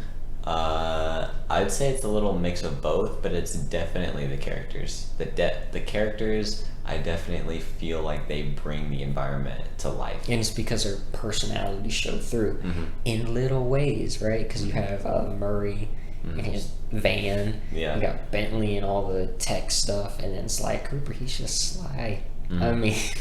Yeah. He's cool bad boy who steals everything. Yeah. Yeah.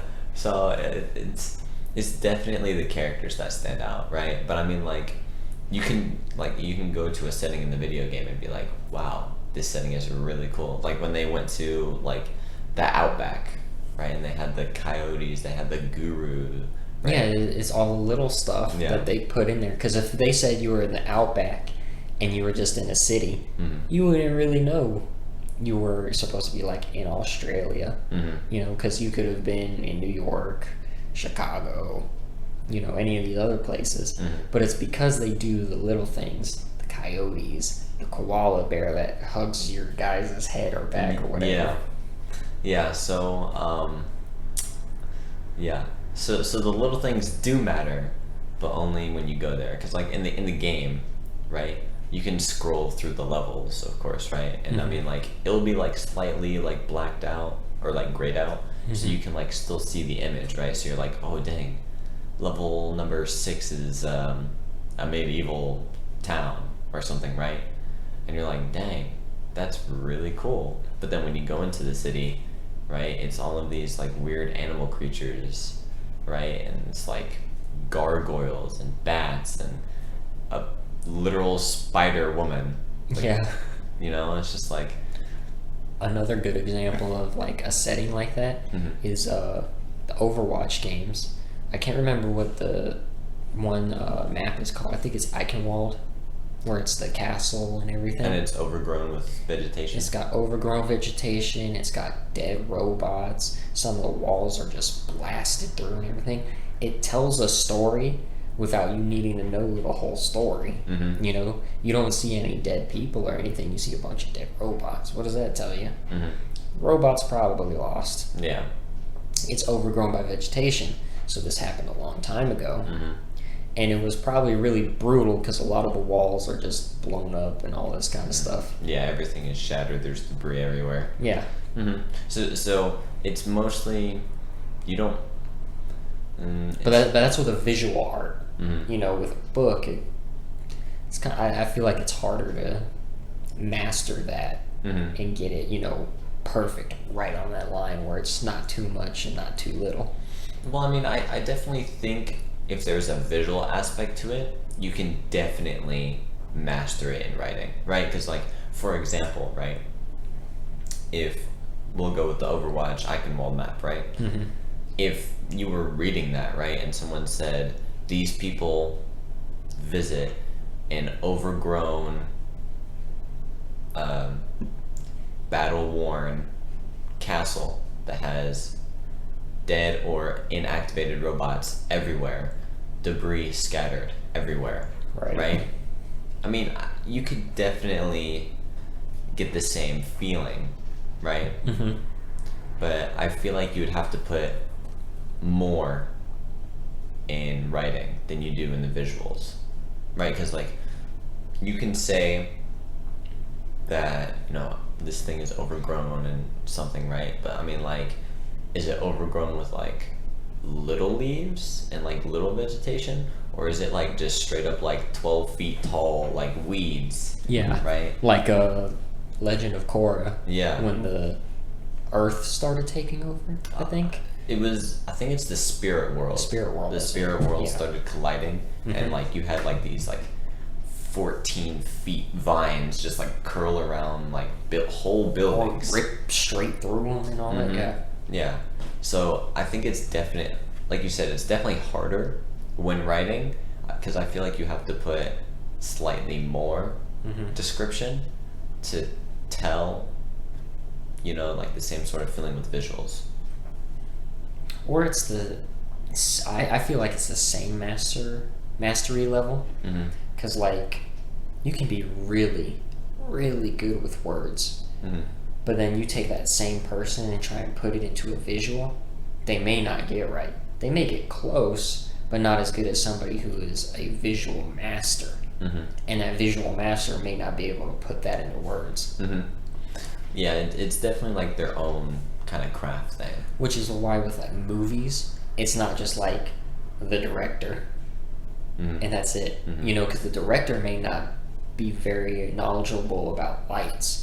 He knows enough to, like say what he wants, but he doesn't know how to actually make it happen. Make the magic happen. Yeah, the director is like, so I envision a scene where it's dark, moody, this and that, right? And the light guy's like, okay, we need to have a light this far away to create like a sense of darkness, and there might be multiple different colored lights, right? Like if someone's outside and it's in the middle of night, you don't want like a bright yellow light from a lamppost, unless he's right next to it. But you also want to have the light from the moon, right? Yeah, from the moon.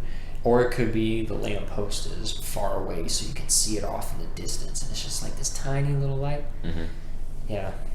Yeah, but I would definitely say that writing and like visuals, it's definitely like its own kind of mastery, Yeah. right? But in my opinion, it's harder to write, right? Well, I think that's just because you're not very good at it yet. Maybe. You haven't practiced enough. It's all practice. Definitely. But like when I'm creating like buildings and stuff, Mm-hmm. I find it a lot easier to write it when I have a visual. Oh, yeah, because you get to see every little detail. Mm-hmm. And Yeah. plus, like, you can't image in your head like me, right? Mm-hmm. So there's nothing there. Yeah. You can say all the words you want all Yeah. day long, Mhm. and it's just darkness. Yeah, because like if I make a visual, it's just so much easier to just be like, oh, the visual has a cracked window, so I'm gonna put that in writing, right? Mhm. You walk up to a old decrepit building that has a cracked window on the right side, right? Mm-hmm. You know, stuff like that. But like, if I picture that in my head, right, like I don't see anything, right? So it's harder for me to put it into words. Yeah, no, I totally. Like, when I was writing, Mhm. right, or I was writing the other day, right? Mhm. I was trying to figure out how to, because I felt like I was just repeating the same thing over and over again. I was just like, forget it. I'm just going to repeat because I can't come up with anything right now. Mm. And it's not because the setting wasn't changing. Mhm. It was the same setting, right? But slight things are changing in it. But I didn't know how to make it interesting Mhm. without it being boring. Mhm. And I literally just had to stop writing because I was like, I've got nothing. I literally have nothing. Mm-hmm.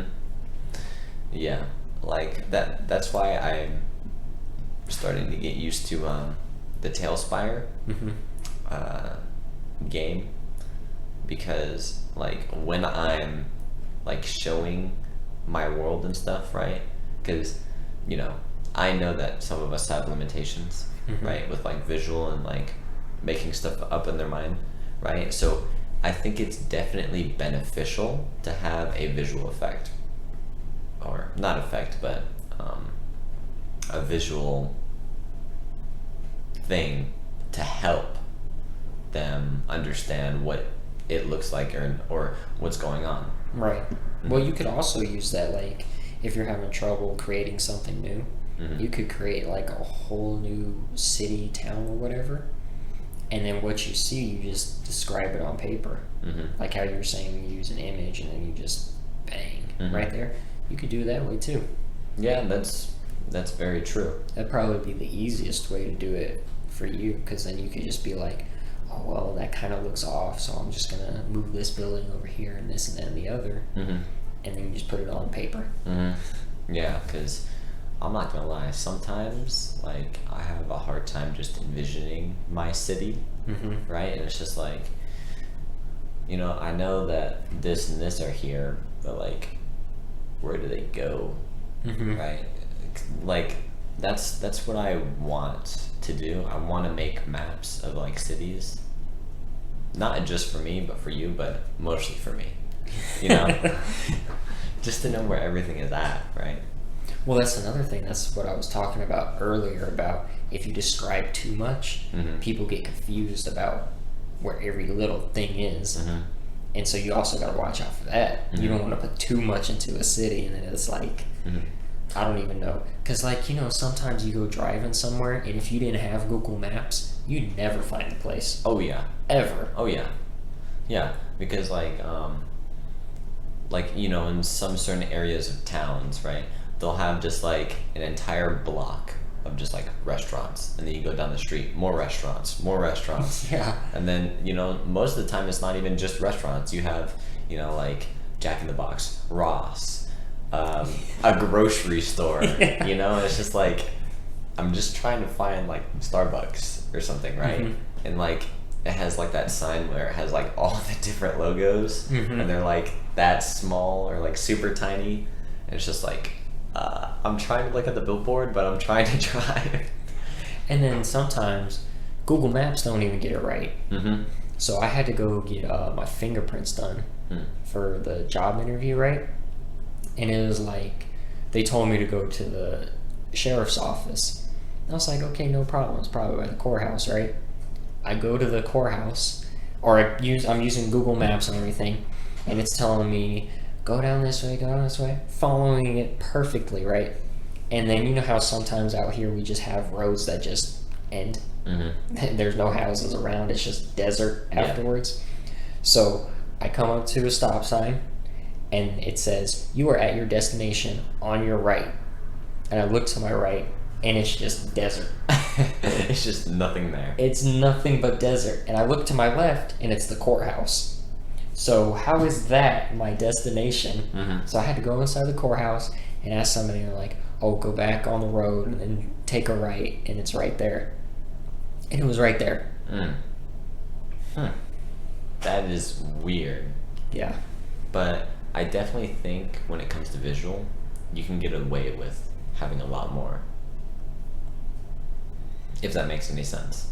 Like if you're describing, like, we'll go way back in the conversation. A person enters a room, there's a table, a desk, a bookshelf, a thing in the corner, right? I feel like in visual, you can have all that. But in writing, it's detrimental.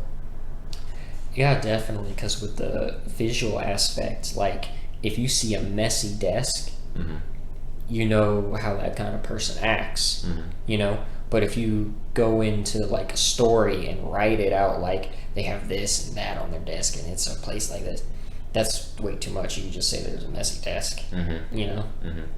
Yeah, I definitely think that's another good thing about visual is you can have more of like the small little things just to help better describe. Definitely, because if they have like a bunch of technological gear on their desk, you can kind of tell what that person's into. Or if they have more, I don't know, anime characters, you know what that person's into. If they have a whole bunch of notebooks and books and stuff, you can either be like, well, maybe they're a student, maybe they're just a creative writer or something like that, you know? You can definitely tell a lot more. Yeah.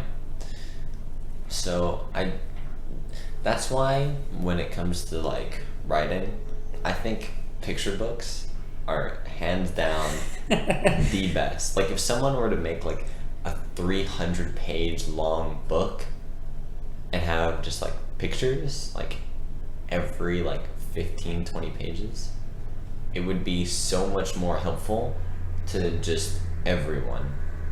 You might like, what is the name of that book? I don't know if I have it in here. I can't remember the name of the book or the series, but the books are about yay big, and the edges of the books don't meet up completely. They're all like ragged and rigid and everything, and it's made like that.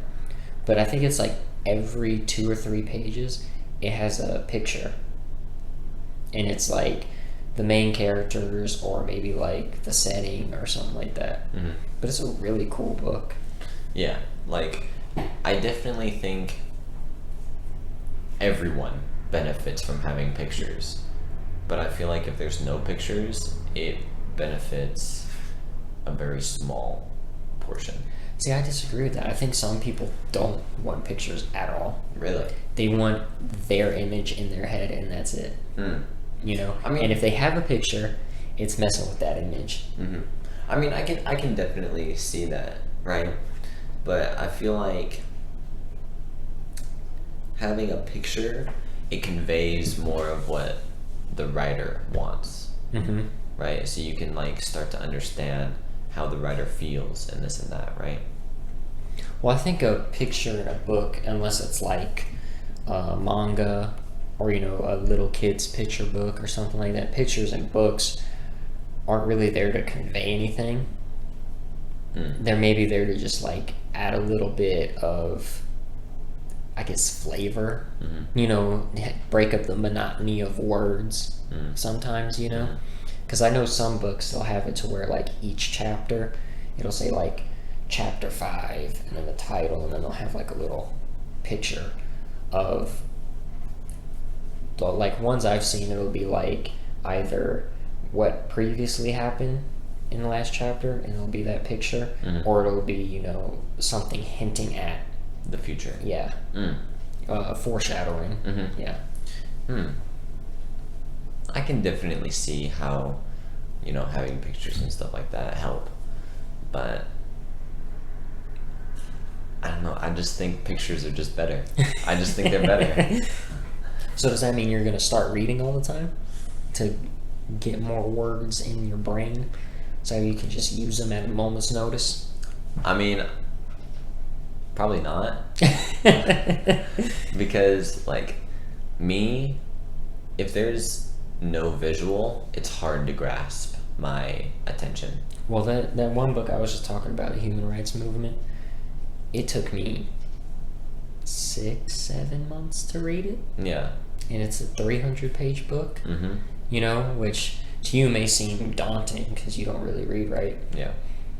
To some people, they're like, 300 pages? You mean you weren't done with that in a week? Mm-hmm. You know? Yeah, like me, like, I love comic books. Mm-hmm. Or, like, graphic novels, right? Because there's more visual than written, Right. right? And I feel like I can understand more because of the visuals. Yeah, you can see facial expressions and the boom pows and kapow. Yeah. Mm-hmm. So, do you like all the new movies that are coming out? All the superhero movies? Are you into all that? What do you mean, the new superhero movies? Like how they Like, have, like, you know how, like, the past, I want to say decade? I think it's been a decade since all, like, this whole new fad of there's a new superhero movie, like, every 2-3 months that comes out. Because you have, like, what, 4 Thor movies? You have, like, what is that one show that we watched? It was, like, black and white and then went to color, and it was about a superhero couple. WandaVision. There's that. You got the She-Hulk lawyer. Oh, yeah, now, yeah. You've had Avengers, however movies that is. You have Iron Man, Captain America, all them. How do you feel about that? Because you like comic books, but are you with this whole... Black Panther, I think the second one's coming out soon. In November, I think. Interesting. See, ooh, that's hard. That's hard. Because I definitely feel like it's dependent on if you're a fan or not. Right? Because if you're not a fan, then you don't really care and you're like, you know, I wish they would just make this movie or this book that I'm really into a movie. Right? But if you're a fan of it, you're just like, yes. Well, yes. see, I'm not too sure about that because, like, with Star Wars, the people who hate Star Wars the most is Star Wars fans. Like, there's no one who hates Star Wars more than a Star Wars fan. Because they'll be like, oh, why'd you do this or why'd you do that? You know what I mean? I would definitely say it differs from fan to fan as well, right? Because, I mean, obviously there's some fans that will, Of course. just watch it to watch it, Yeah. right? But then there's definitely people that are like, why? I'm talking super fans. Yeah. Yeah. Like, why is this and that, right? Yeah. Like, for me, I'm not really into superheroes, and I don't really understand why people like superhero and comic books so much. So the whole movie thing is stupid to me. Like, people, they go see, like, I understand they enjoy it and everything. Cool, fine. I just don't get it. Like, you've seen these characters hundreds of times at this point, and it's like, I know Thanos. I haven't seen Endgame. I think it's Endgame with Thanos in it. Yeah. And he snapped half of everyone away or something like that. Yeah, he snaps half the population away. It's like, why do I care? That's literally God at that point. So why do I care if Doctor Strange can, or if Ant-Man can crawl up his ass and kill him? You know, why do I care? Yeah. No, I definitely think it's like your perspective thing, but like the when it comes to like getting the superhero thing, I definitely think it's because people, that's what they either want to envision themselves as, or they feel like some sort of connection to them, right? Mhm. Like for example, right, like Superman is all this and that. He's like indestructible unless, He's boring. yeah, yeah. He's so boring. Yeah, but people can get behind him because underneath all that, he can be relatable, right? It's just like, like, even though I might not have superpowers, I can feel a certain type of way, right? And people like kind of base Like they that. feel like they can be Clark Kent and not Superman. Oh no, like they can feel like they can be Superman, even though they don't have the superpowers as him, right? They can be like, oh, I'm gonna be all this and that, right? But I don't understand that. That don't make no, like, you can't shoot lasers out of your eyes. How are you anything like Superman?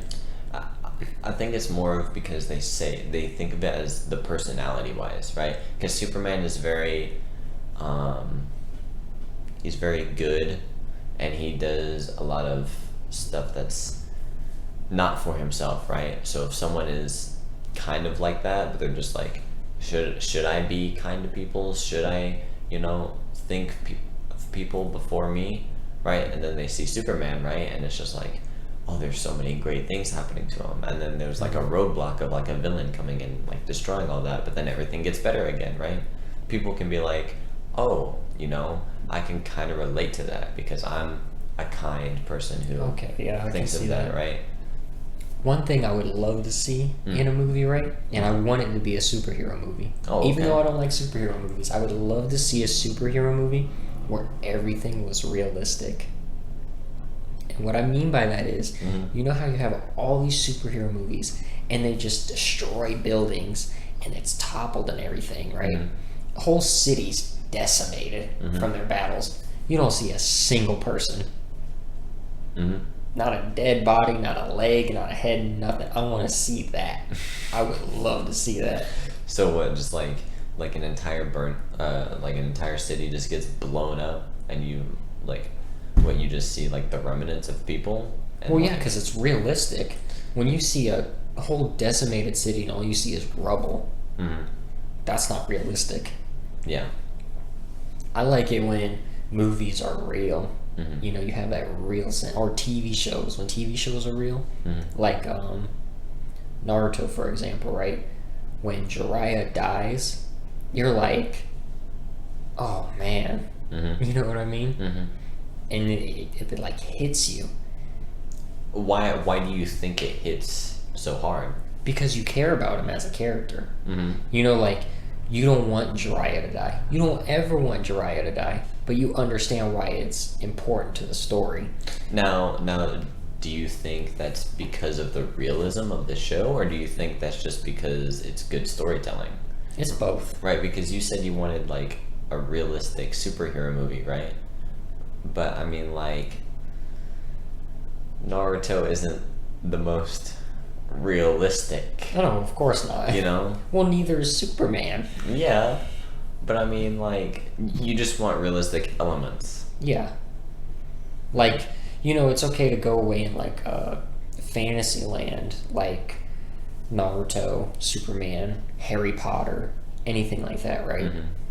But they're all human at the end of the day. We're not really dealing with aliens, right? These are humans with emotions and feelings, but they don't act like it. Superman decimates entire cities. And he doesn't even feel bad. Doesn't even feel bad at the end of the day. He's like, I have destroyed the villain. And But life just goes on. But like a normal person, like in the moment they might be like, hip hip hooray, I defeated the villain, right? But then like later on they might just be like, but how many lives did it take to destroy the villain? That's why I really like Pain in Naruto. That whole scene where he was like, what about my family? What about my village? Like, that's real. Of course it's in this fantasy land where he literally just gravitational pushed an entire village into rubble. Yeah. But it's real. He's looking at Naruto and is like, what about me? Mm-hmm. Yeah, sure, your family and friends, they're kind of messed up right now. Mm-hmm. But what about me? That happened to me when I was a little kid. Mm-hmm. And nobody here is. No one's crying. Yep. No one cares. Yep. That's real. Mm-hmm. That's why I like it so much. Mm-hmm. I see. And do you think because of that, the real consequences that come from that realism makes it even better? Like if there's like some realistic elements, right? But then the consequences from those elements come back, right? Like with the pain thing, right? Mm-hmm. When they get the flashback of like, oh, it's like war after war after war, right? That's the realistic element, right? Mm-hmm. But then when Pain comes to the Leaf Village, right, and just blows everything up, and he's just like, you don't see anyone crying. That's the consequence of that realistic thing. Oh yeah, absolutely. It creates like a even bigger dynamic. Mm-hmm. It definitely You know? like enhances like everything, Yeah. and it makes you feel more for sure. Yeah. Mm-hmm. And then it's also like when you have those elements Mm-hmm. of realism, Mm-hmm. because like when you have a movie, book, TV show, anything, you have to care about the characters. Mm-hmm. If I don't care what happens to them, I'm gonna stop watching. Mm-hmm. Like when I was watching what is the name of the show? Jujutsu Kaisen, Mm-hmm. right? I didn't care. Mm-hmm. I don't care about any of it. Like they didn't make me care. Mm-hmm. You know, Naruto, for some reason, I don't know why, I cared. And I watched all the way, right? Mm-hmm. With, what was the other one that I was watching? Demon Slayer. Demon Slayer. I was enjoying it. Mm. Like, I was legit into it. And then these two annoying characters that I don't care about because of their annoyingness, Mm. I stopped watching. Mm-hmm. I just can't care about them. Mm-hmm. And when they're an integral part of the story, how am I supposed to watch it? Mm-hmm. You know what I mean? Okay, so like for example, right? We'll go with the Jujutsu Kaisen and the Demon Slayer concept, right? In Demon Slayer, you have these characters that are annoying, but they're part of the main cast, right? Mm-hmm. That's why you stopped watching. Yeah. But in Jujutsu Kaisen, right? If you have like the main cast, right? Good, like would you say that because there's technically 4 main characters? It's Itadori, Megumi, the girl. I think her name is. The girl. Yeah, I can't remember her name ever. Let me guess, you don't get the last guy's name though, right? Yeah. And then Gojo. Mm-hmm. I think her name is Midori. Don't ask me. I can't. I physically can never remember her name. I don't know why. But like, right, those 4 characters, right? Would you say you care about those characters? No. Really? Like, those 4 characters, none of them were annoying. Realistically, nobody in that show was really annoying. Like, there was annoying parts, but nobody was inherently, like, their entire character is, I'm annoying, right? But none of them were interesting to me. So, okay. Like, I don't understand what was interesting about he ate some really old dude's finger and got a bunch of power. Mm-hmm. I don't understand what's interesting about that. But see, it's actually not a lot of power. Comparatively. Comparatively, It's not a lot of power. It's not a lot of power, right? Because I understand, like, Gojo is supposed to be like this almost god of a fighter and everything. Mm-hmm. But he's not interesting. Why? Because I don't see the struggle. So if you saw him struggle, like for example, right, in the beginning, right, he's portrayed as this almighty force that can never be defeated, and then you watch and right, you see him fight, and you're like, oh, you know, it's cool, you know, I know that he's, you know, this almighty force that can't be defeated, right? Cool. But what if you see him later on get absolutely stomped by someone? Here's my problem with that, right? So I know I'm going to sound like a Naruto fanboy, but Kakashi and Gojo are like almost like one and the same kind of character because they're the teacher to the main character. Yeah. So Kakashi, when you first see him, he seems like, badass, strongest guy. You're like, whoa, how could anybody ever defeat him, right? And then, he's always pulling out new tricks. But then there's a point where he's no longer the strongest, I don't know where that point is. But there comes a point in time where Naruto's gotta, pick it up, because Kakashi can't keep up anymore for whatever reason. Gojo, it's just, to me, is kind of boring because you don't see that progression. And I know you've said that eventually it does show that, but I want to see it at the beginning. I don't want to see you at your strongest.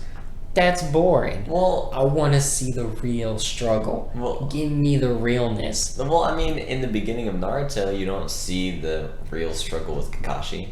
You don't see it for a really long time. You don't see that for a really long time, but what you do see is progression. Yeah.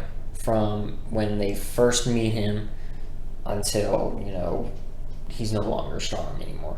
And then that's when you start seeing the real struggle, I feel like. Now, would you say the progression is more of a degression? Because you don't really see him gain power. You feel like he's losing power because everyone else around him is gaining power.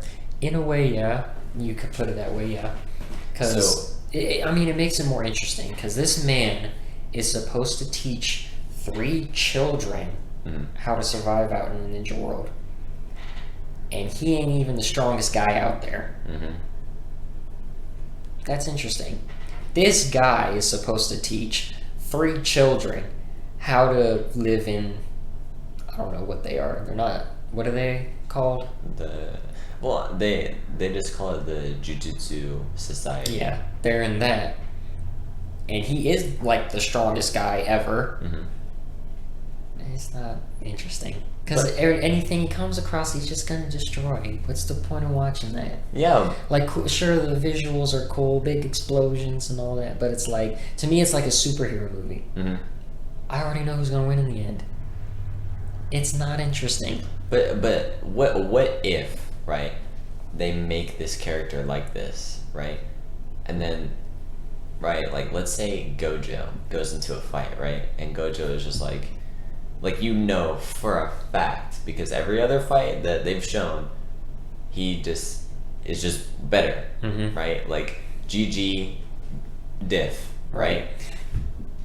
What if you have that expectation? You're just like, wow, another fight, he's probably just gonna stop. And, like, you see him struggle. Like, you finally see this almighty force finally struggle against an opponent. And then after that struggle, there's, like, internal turmoil within himself. He's like, but I thought I was supposed to just be the strongest and this and that. Which is interesting. Okay. But it takes so long to get there. With Kakashi, it's kind of up in the forefront. Because, he's, Jonin level? So you're like, oh, wow, so they're nothing compared to him. And then there's stuff above him, And it's just like, we're supposed to learn from this guy, but he's pretty much a nobody. Even though everyone knows who he is, he's a nobody compared to other ninja. Gojo, he's the guy. He is the guy. That's not interesting. When you mean the guy, what do you mean? Meaning, like, everyone knows he's going to win every time. And there's most likely not going to be struggle until there is, because the plot needs it. And you just think that's disappointing? Don't you? Not really. I love the whole image thing where it's like, where you see a character, right, and he's built up to be this whole thing, right? And then in the beginning, right, it keeps that betrayal, right? But then the further you get into the story, the more you realize he's not this big old powerful thing, right? It's actually, it could just be like, a facade. But it takes so long to get out. Like, I want the realness up front. Just give it to me. Give me the realness. See, that's definitely like a difference between people. Some people like, you know, build up, right? Well, some people don't. I like build up. You like build up, but you want it faster. Well, not necessarily because I watch Naruto. Yeah. I just want it. I want it there in the beginning. Because with Naruto, you know, you can see that he doesn't really have anybody in the beginning, right? So that's something. Then he meets his team. Oh, he doesn't like one of his teammates, but he really likes his teammate. That's a thing. Oh, his teacher is like a badass. That's awesome. But then you slowly find out, oh, he's not really all that. So, okay, here's a question for you now. Do you think that you would be just as bored as would you just be just as bored watching Naruto as you are Jujutsu Kaisen? Is instead of Kakashi, it was the Hokage teaching the kids, and the Hokage was right. The Hokage is the best person in the village, right? But you see later on in the story that it turns out the Hokages aren't really all that, right? Would you still be as disappointed? Because I mean, that's literally the exact same dynamic in Jujutsu Kaisen, but now you're just putting it in the world of Naruto. I would say it's a little different because there are different villages. And of course, if you only explore the one village, like the only time, like in the very beginning that you start hearing about other villages is the tuning exams. And you don't even go to the other villages. You stay in the Leaf Village, right? So for all I know, sure, the Hokage is the best guy in the Leaf Village. But that's it. The best one in the Leaf Village. It's like in the title. You know? Gojo is like, the way they portray it at least, the best guy. Bar none. In the Jujutsu society. Yeah. And that's just what it seems like. And you just don't like that. I don't like it being up front. I want to see some struggle. You know, with Naruto, the main character, and with Kakashi, and they do the little bell test thing. That struggle, you know, and then I'm having to figure out, you know, do we give Naruto food or do we let him starve? That struggle. That struggle all up front. The only struggle I get is from Jujutsu Kaisen is Yuji. That's it. You don't get it from Megumi? Where I don't care about them though. literally the first episode he almost dies. I don't care about them. Okay. Why would I don't know anything about them. I don't care about them. Okay. Now, do you think that you may not care about a character, but you can like them later on? Yeah. Once their story starts to but unfold. But that's when it starts to get going. You see, it sounds like you want it to get going right away. Yeah. Give me some real stuff right off the bat. Right off the rip. See, he almost died, right? Which is something big because he's a main character. But I don't care about the main character. Or one of the main characters. And that's just because they haven't given me a reason. There's no reason for me. What, just because he's going to be in the show a lot, I should care about him? You know, it's the same thing with Demon Slayer. Yeah. I don't know the Boarhead and Yellow Jacket guy. I don't know their names. Why do I care about them? One is so seriously annoying that I don't even want to watch the show because of him. Yeah. And Boarhead guy, okay, he's kind of cool because he's crazy. But other than that, I don't care about him as a character. So if they gave you a reason off the bat, right? Then you would have something. You would be more inclined. Like, I feel like with those characters, I have nothing to latch on to. With I don't know his name. The main character of Demon Slayer is Tanjiro. Him. You see the struggle almost right away. with him, and you're there and you feel it. And then when it comes to the training with him trying to cut the rock and everything, you feel every bit of that. Like that episode where he finally cuts the rock is, I'd say, probably better than any Naruto episode. Really? Wow. And I love Naruto, but that episode, like, it hit so different. Right? So for me, it's just like, I go from caring about this kid, his sister, his family. His family's dead, and I still care about his family. To now I have to deal with him, his ghoul. They call them ghouls, right? Or is that a different show? What do they call the monsters in that? Just demons, right? Yeah, demons. Okay. Him, his now demon sister, or like half demon, I don't really know. And 2 annoying characters. So 2 out of the 4 main characters I already hate. One doesn't even talk anymore, so why do I care? And now he is having to deal with these 3 annoying characters. Well, wouldn't you say there's always a struggle between him and his demon sister? Yeah, but I guess it's not interesting because you're not learning enough of it fast enough, in my opinion. You know, like, I know Naruto has the, like, it's really bad because it's over-explains everything. You know, you learn one new thing and they gotta, like, spend an episode explaining it. Yeah. And I understand that does suck, but at least at the end you understand it. I don't remember how many episodes I watched, but they were so annoying that even if I cared about the struggle there, they were so annoying that I just couldn't handle it anymore. It was, you know, when you're like a little kid and someone's just like nagging you and, you know, poking at you and everything. That's what it felt like watching that, honestly. Really? Yeah. Wow, that's crazy. I mean, like, I can definitely say that those 2 characters are quite annoying. But I mean, like, they have their cool moments. But that first part of Demon Slayer, man, I was so in. It had me. Like, you know when you watch a show and you're, like, kind of getting into it, and you get more into it, and then you get more into it, and you're like, oh my god, this is amazing. And then the show just grabs you by the shirt and pulls you in. That's what it did for me. And then it dropped me off a cliff. Yeah.